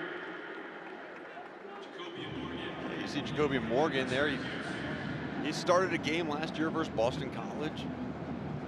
Pretty productive too. You see the passing yards, passing touchdowns. Good player for them. See, he's a freshman. Did obviously, he was a COVID freshman. I like that term, Chris. It was COVID freshman year last year. Especially if you're a younger player, you get that year of development, it doesn't even count. Yet another flag.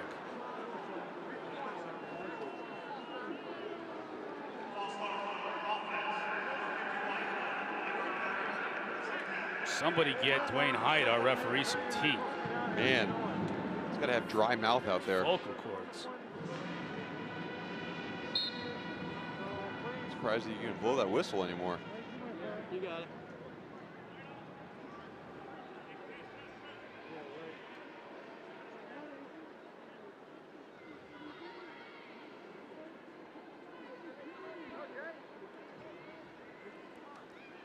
Second down for Jacoby and Morgan. More than happy to let the play clock run down a little bit here before snapping the ball. Howard on the carry, final minute. Here from the Carrier Dome, a successful day for Syracuse. Right from the start, never looked past Albany. Scored on the opening drive, continued to score throughout the rest of the first half, never looked back. They had a bad taste in their mouth after that Rutgers loss last week. We talked to Dino. He said, it took a couple days for our guys to really get over it. And then once they got over it, we put our thinking caps on. We got out there on the practice field, and we worked.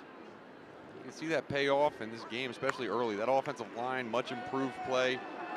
Running back game is pretty good, and there's another one. Howard's got one man to beat. Great Dane had the angle on him, Tyler Carswell, but not before Jarvie and Howard gets involved in all the action. I think that'll probably do it. 50 yards on the carry for Howard.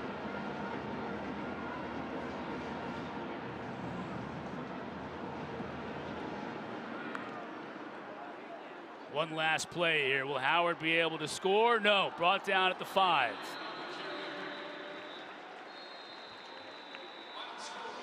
And that will do it.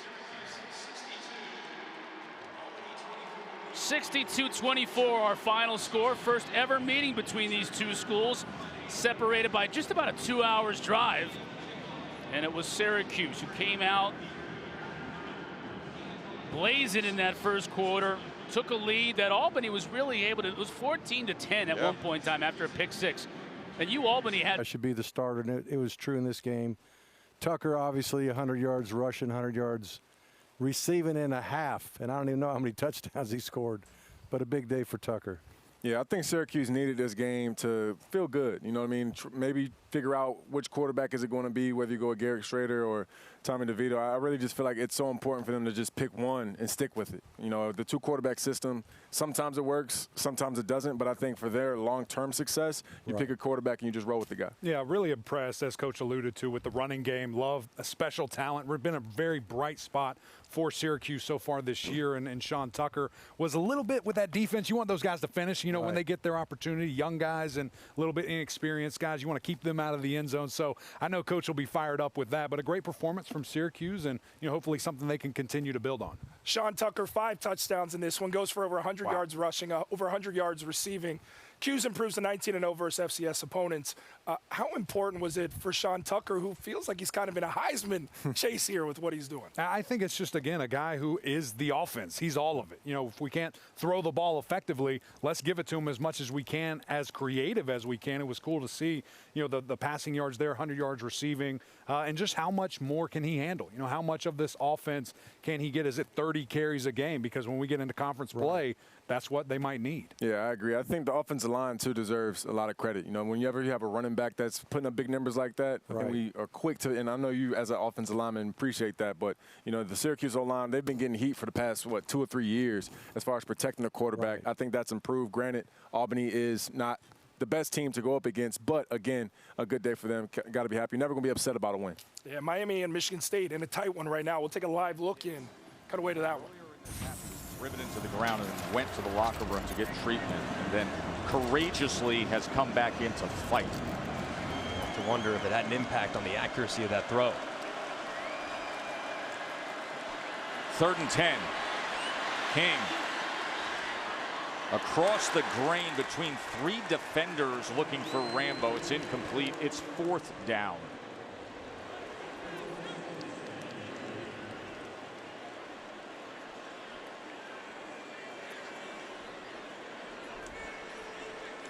Just the energy on the sideline for Miami, and even when they're walking out, like, they got to pick up the pace, man. I mean, there's just the urgency needs to be there. The scramble drill, the guys are just kind of moping around. I do not like at all what I'm seeing from the Hurricanes right now, not just offensively, but from their special teams unit as well. And they're coming on with Borregales for a 55-yard attempt from the freshman. 55-yard attempt to try to cut it to a touchdown margin.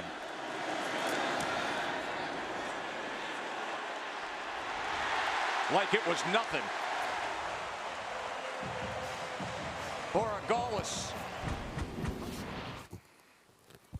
Borregales, big time with the kick, puts them within a touchdown in this game. Miami's clawing back. You see a fight, Coach. What have you seen so far? A good battle. I mean, I think the defensive line has done a decent job, not an unbelievable job. They haven't had a bunch of giant long runs, but they have grinded away with Walker. I mean, he is a beast. I'll say that they're fighting hard, and I hate to put it on one kid right now, but if Mallory catches that ball in the end zone, it's probably a tied ball game because they ended up missing a field goal after a couple penalties after that. So it could be tied right now. Yeah, I think the biggest thing now, Michigan State's going to try to run the football. You know, they're late in the game, and then, of course, they have to get first downs because now Miami is within, you know, shooting range of getting a touchdown to tie this game up. But I think for Miami's defense, you got to get some stops. Right now. Obviously, when you do get the ball back, you have to capitalize, whether it's a three-point score, a field goal, or you got to get a touchdown. And really, I mean, it's going as we thought, Coach. We knew that Kenneth Walker was going to be the key. We knew tackling him was going to be the key. When we were just in there after halftime, watching, he's just running through arm tackles. So we have to see better effort, more physicality from that secondary and from that front seven. I think they're probably going to have to take some chances on defense, maybe bring some pressures to stop running game. A lot of times you think about pressures or blitzes to sack a quarterback, but sometimes it's just to stop the run. Right. And so hopefully they'll you know, take a couple chances, get a negative yardage play somewhere there and force a punt. Let's get you updated on Boston College and Temple in this one. In Boston College, playing without Phil Jerkovic, Dennis Grosel in at the quarterback position.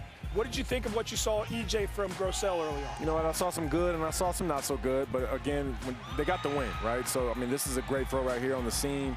Understanding you got two high safeties, getting it to your receiver down and low so he can cover himself up so he doesn't get blown up. But look, this is his first start in a while, and I think the biggest thing for him is that he got a W under his belt. He should be rolling here forward. I think what is going to be interesting to see, guys, is this run game progress. You know, we saw it get a little bit better, but it had to. You know, the quarterback play was a little bit lackluster. And again, get the start, get the situation that's at hand here, but it has got to improve because BC right now does not want to be a running team, coach. Right. Well, they're regrouping. I mean, their man Jurkovec is out. I mean, he was a guy they were hanging their hat on, and now all of a sudden he's gone, and they got to figure out how they're going to play ball again. Yeah. That game goes final. Boston College victorious 28-3 over Temple. Defensively, what did you see from Yeah, I was impressed with that. You know, saw some takeaways, saw some physicality, guys flying around making tackles for loss. And, EJ, I think that's the biggest thing that when we talk about with Hafley is he's a defensive guy. He's going to get that defense right. And now you're starting to see that swagger. You're starting to see the guys really buy into what he wants to do. Absolutely. And I think when your quarterback goes down, you have your backup come in. Defense, you step up. Running backs, you step up. Offensive line, you step up. That's what a team does, and I could tell that that's what BC did today. Granted, Temple, again, is not the best team, but it's still a team that you got to go out there and play against and do a good job against. It's like a body part. You got your 5 senses, and if you lose your sense of sight, then all of a sudden you feel better, you hear better. Every part of your body gets better. Yep. And as you say, that's what's going to have to happen with the rest of the team. Coach, talk to me about what would you do as a coach, as a coordinator, when your guy goes down, when you have a highly talented quarterback and a guy you kind of have all your chips in. When he goes down, is it just the whole team steps up? Well, that's part of it, but the bottom line is you got to find out what your next guy can do. I mean, if he truly is in the same mold, you might keep the same game plan. You may not throw quite as much at him, but if this guy's got a different skill set, or he might – obviously he's going to do some things better or differently than Jurkovec. So you got to do what he does best, what he has confidence in, and build around him. Absolutely. And I think the big thing for them is to try to get that play-action run game going, which you obviously have your run game, getting some yards, getting some production, but I think that's going to help Dennis really just kind of allow the schemes down the field to open up. He's not Phil Jurkovec, and there's nothing wrong with that. I mean, he's not 6'5", he's not 240, but he's still a capable quarterback. And I think if they give him some schemes off the play-action pass, it'll definitely help him relax and start throwing that football down the field more accurately. Well, they won, and they won convincingly here against Temple, and that's all you can ask for when you got a backup quarterback in there, and Dennis Grossell doing what he can to keep this team afloat. How about a rivalry renewed? Virginia Tech heads to Morgantown. They're taking on West Virginia. This has been one of the surprise teams early on, Eric, and they came out of the gate and got punched in the mouth. They absolutely have. And, we thought this game was going to be physical. We thought the Virginia Tech team was going to be balling on defense. A great strike thrown here and a really good pass made. But the physicality, guys, is what I've been a little bit shocked with, to be quite honest, Coach. Just thinking that Virginia Tech's defense would step up bigger than they have so far in this game. Well, excuse me, first game of the year, they beat North Carolina, and everybody's thinking, wow, they beat, beat a top 10 team. But the bottom line is, maybe North Carolina is not quite as strong as we thought. Yeah. I think a big thing, too, for Virginia Tech is the run game wasn't necessarily clicking as well, but you talk about the protection for the quarterback. Braxton Burmeister getting strip fumble right here. Just, I think also them being on the road at West Virginia just wasn't the best feel for them. Kind of surprising with their outcome today. Yeah, and right now this is a Virginia Tech team that is threatening to score. It's still within reach as they trail 27-21 at this point. This Virginia Tech team, is this an issue with the defense? Is it that they can't get explosive offense going? What do you see? Well, I think the biggest question mark has been offense. I mean, we've seen, a great first couple of plays in Blacksburg against the Carolina Tar Heels. We saw the next game, the guys struggle a little bit and not being able to move the ball effectively against Middle Tennessee State. And now a very slow start. They're getting back into it, and momentum is a crazy thing, especially in the college ranks. So, I'm not sure if it was just the crowd, the environment, and maybe kind of a little oohing and awing and not playing football. But, if they can make this comeback, then, of course, it's a totally different story. Exactly, Ian. I always say this, football is a 60-minute ball game, right? So you got to play the entire time. Sometimes you're going to come out flat. Sometimes that home team is going to jump out on you, kind of have that bear on your back for the first 3 quarters. Now they're trying to figure it out and put it together in the 4th quarter. I think they actually have a chance to come back and win this one. Yeah, I mean, when's the last time they played in front of a hostile crowd? Right. They played at home. They had the advantage of the crowd behind them. North Carolina struggled. And I was talking to Stacy Searles, the offensive line coach for North Carolina. He said, we couldn't hear a thing. I'm trying to talk to my linemen this close. They can't hear a word you're saying. So now all of a sudden they're dealing with it. And, we'll see how they respond. Yeah. Quarterback play, Braxton Burmeister. Has he been doing enough for this team to keep them in the hunt? I think that's the biggest thing is just consistency from that position. There's plays where we just saw that highlight and just throws a dime over the middle, an absolute strike, and man, it's awesome. Why can't you keep doing it? And then there's a pick, or then there's a fumble, or taking a silly sack. So that will be the key, I think, to me, Jordan, about Virginia Tech's season. How far can Braxton take this team? Yeah, and maybe I'm looking at it from an optimistic quarterback way. That's just naturally how I'm kind of wired. But I really think sometimes you're going to have games like this. I mean, games where you got to really scratch and claw to get anything, right? Things that obviously the ball is kind of rolling in West Virginia's way. And they've done a good job. They've thrown the ball down the field. They made some big plays on defense. But, again, Virginia Tech to have an opportunity to win the game at the end, to me, is all that matters. And you got to do that part. Right. And those games are the ones that you kind of hang your hat on. You didn't think you're going to win it. Grinders. You had a battle to get it done. Everybody starts believing and never quitting, never giving up. And it can really mold the team into something special. Something special is this Pitt-Western Michigan game. One the experts pegged would be a close one has been absolutely that so far. And we start like we do with Pitt every time with Kenny Pickett dealing, EJ. Yeah, well, look, first and foremost, got to give a big shout-out to Kenny Pickett. He passed Dan Marino in total yards passing all time. I think he's now second on the list behind Alex Van Pelt. Great throw right here to, I think this is an Addison. I can't really see from my vision right here. But, you know, Kenny's played a great game. And he had a shoulder injury early in this game, and I'm probably going to get to the clip at some point in this highlight. But he fought back, came back into this game. They're doing a great job. And this is what you're talking about right here. He's going to scramble out, nothing open. Does a great job getting away. Just get down, and he gets that extra yardage. Coach, he fumbles, got hurt a little bit, but he's responded. That's what we've seen from Kenny Pickett. You know, I saw him land on his left elbow, and I'm thinking shoulder AC separation right now. There's different grades of it. Sometimes you could get shot up in the locker room and come out and finish a game, and sometimes they need surgery, but it looks like he's going to be okay, and we're thankful for that because he's the key to their victory. I think really what has been so impressive, guys, about Kenny Pickett is his mobility and just keeping his eyes downfield. Has had, you know, so many passing touchdowns in this game, whether he's dropping it back shoulder, throwing, you know, the ball where only his wide receiver can catch it. It's just been impressive. And EJ, you talk about a guy who is now in his 4th year as a starter. I mean, this is what we expect ownership of the offense-wise. Absolutely. He's making those big boy throws, I like to call them. That back shoulder right there down in the low red in the red zone, understanding, okay, I got to put this low and away from my receiver, give him an opportunity. But this is the part where you have to clean this up, the exchange between Kenny and the running back. You can't have that happen because that's going to be an easy opportunity for their offense. Just clean that part up. And really, Coach, I mean, this defense giving up 44 points. I mean, I don't think any of us would have expected. And it's not to Alabama either right now. It's exactly. Nothing against Western Michigan, and they're probably a better offensive team I'm giving credit for, but certainly better offensive team than Pitt gave credit for. Yeah. But, you know, Pitt's got to tighten up on defense, so it's going to be a long season. And you know, it's respecting every opponent. It's a tough game. Lucas Kroll, again, a great play here. But this Pitt team, for them to take that next step, for them to be at the top of the Coastal where we thought they could be, you've got to win games like this. You've got to take care of business. Absolutely, and you know what they have to do? They have to play a good 3-phase football game. The special teams, defense, and offense. Can't have games where the offense is balling, where the defense is balling. So they're going to put it together. Again, they still have a chance. They're down 10 right now, about 5-6 minutes left in the game. Get a couple stops on defense and go get some points. A lot of people are expecting Virginia and North Carolina to look like a shootout, and that's what this one has been right here. A lot of Pitt Panther fans say this is kind of, and you alluded to it, Eric, is this is what occasionally happens with our Pitt team. We don't beat the teams we're supposed to beat. Is that a fair assessment in what we're watching right now, Coach, if Pitt's on the wrong side of this one? Well, it's just so hard because you're dealing with young guys, and they had to be feeling great about it after winning that game. And even we're sitting there talking, oh, we see an undefeated. We look at the schedule. Oh, look at this. They're going to be undefeated. Coach, didn't I just get done saying that? They might have one loss here, you know. I mean, so all of a sudden – you're just setting those kids up for failure. But is that part of this? Is it part of, like we had that conversation early on? Well, they can go on a run. Look at the schedule. They can go on a run. Well, yeah, they can. But I mean, you can't overlook anybody, any game. It's just they all got scholarships. They all work hard. They all got scheme. They all, you know, want to kick your butt.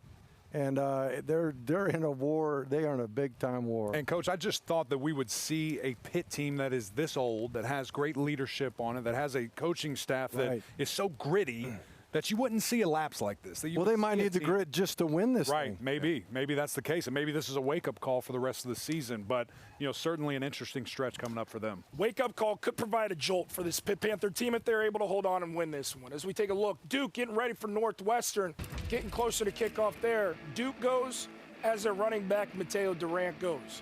More on the Cats and the Blue Devils when we return.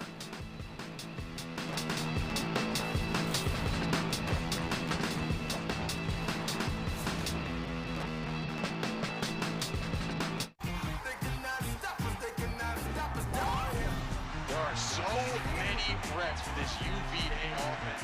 Taking a shot to the end zone. You can never stop this train. Not a lot tonight. This thing all right. Going downtown. He's got a receiver wide open. Touchdown, North Carolina. Get your head up and never hesitate. Oh, my goodness.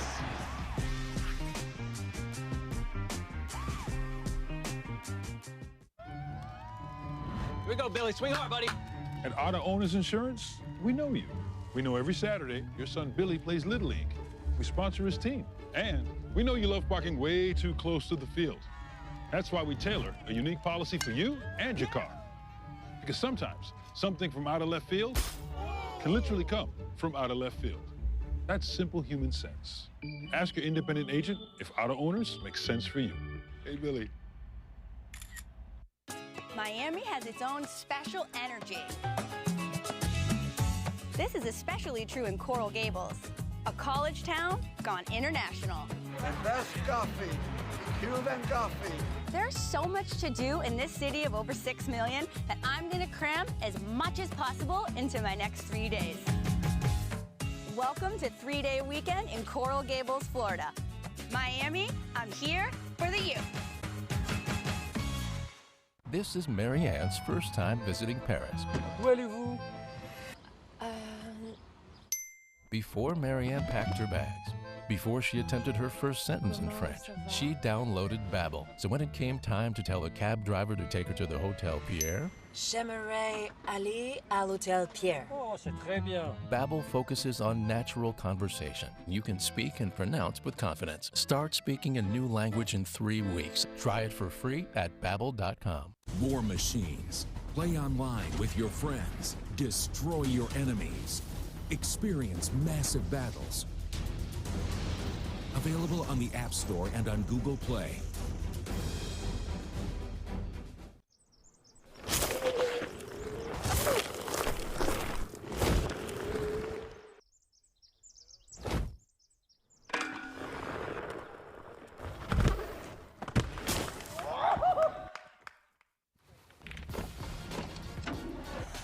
Welcome back to the Huddle. Virginia Tech with a chance to win the game on the road. Third down, EMAC. Break it down for us. Yeah, first of all, I'd love to see a run here with your quarterback. Trust your big offensive line. Trust those guys up front. That's the strength of your team. Don't get it on third down. Now we've got 4th and goal. Same thing. We're just rolling out trying to pass it. With the inconsistencies that we've seen from quarterback, you would think that they would rely on running him, using him as an athlete. And unfortunately, the inability to get in the end zone would cost the Hokies. West Virginia holds on at home. Clemson hosting Georgia Tech later on today. A look at the stadium there in Death Valley. Clemson is going to be ripe and ready to get back to action here on a Saturday. Defensive coordinator Coach Venables with more on his defense. Well, it's hard to do, to keep somebody out of the end zone. As I said after the game, if it was easy, a lot of people would do it. So you want to keep a perspective on it. Again, we're not beating our chest. We got a lot of work to do, a lot of areas that we've got to continue to improve, and I believe we will, because our guys' commitment, the way they've worked thus far, and the humility that they've shown. They're very hungry. They understand and recognize the standard, and again, up to this point, they have really embraced that. I think a lot of guys are having a high ceiling for themselves, and they're pushing and striving and straining for a championship-style defense. And we got a long way to go before we get there, but we're making incremental improvement, week by week since we've started fall camp. Guys, when you look at BV and the defense that he has been able to create, has a really unique chance here. First 3 games, no offensive touchdowns. Florida State, we joked about it earlier, talked about it earlier. EJ, you were on that team. That's right. But when you look at this defense, Coach, I mean, talent everywhere. Right. Defensive line, clearly the strength of that defense. No doubt. What has impressed you most in these first couple of games? Well, I mean, just you watch that Georgia game. They stoned them. I mean, Georgia did not score an offensive touchdown, as we know. You know, it took an interception for a touchdown for Georgia to win it. So, you know, when it came to, you know, Clemson's defense being ready to play big-time ball in the very first game of the year, they did play big-time ball against a big-time team. So the problem they got is their offensive side of the ball is still growing up, and they got to bow up until they grow up. Yeah, and here's what I remember from that 2012 team, and I appreciate you for giving me that shout-out, Mac. I didn't play defense, I played offense. But I will say, we had guys that ran to the football, that tackled and wrapped up. We had guys that got after the quarterback and got sacks. We had guys that got tipped, hands-on footballs and caused tips, which ended up being interceptions. They did the extra groundwork. And, yeah, we had some great players, Marcus Joyner, Telvin Smith, those kind of guys, Bjorn Warner. But all those guys gave that extra 2% of that effort, right? That last little stretch of, like, oh, I'm going to really get you down and get that tackle. And I think that's what you get when you talk about a defense that is able to get, you know, no touchdowns in the first 3 games of their season. I think that's excellent, and I think they can certainly do it tonight. And, you know, back in the day, the best way to get good at tackling is you tackle. Yep. I think what happens is a lot of teams are just so afraid to scrimmage in the preseason and even in the spring to a certain degree. Well, there's just so many even rules now. Yeah. I mean, they just also, can't. Everything's 7-on-7. And just real quick, I want to hit going back to Virginia Tech right there in the low red on the 5-yard line. There's still a place for them to get in 23 personnel. That's two running backs, 3 tight ends, and pound the ball in there. Even on the 3rd down, you give yourself an opportunity to try to get 2 or 3 yards. Then you give yourself another opportunity to try to punch it in for a touchdown. So I'm not critiquing the offensive style, but I still think there's a place. The only thing we don't know, because we couldn't see it as it happened, did they have a timeout or not? That's true. They might have had to throw it twice. I don't know. But that's all around college football now. No, you're right. Everybody gets under center and runs That's my the ball. beak of the week last week. You get 6 yards by the line of scrimmage to run a quarterback sneak. Yeah. Go ahead, Joe. No, go ahead, Emac. I just think getting back to this defense and looking at Clemson, when they have so much star power up front, I think that's what we're going to see really shine today. You know, in a Georgia Tech team that, again, still trying to get out of this mold. It's one of the biggest, you know, rebuilds, changes in our lives, at least, when you look at what going from the triple option to the modern pro. That's going to be difficult, what they're going against today. Those guys are going to be fired up. They're going to be excited.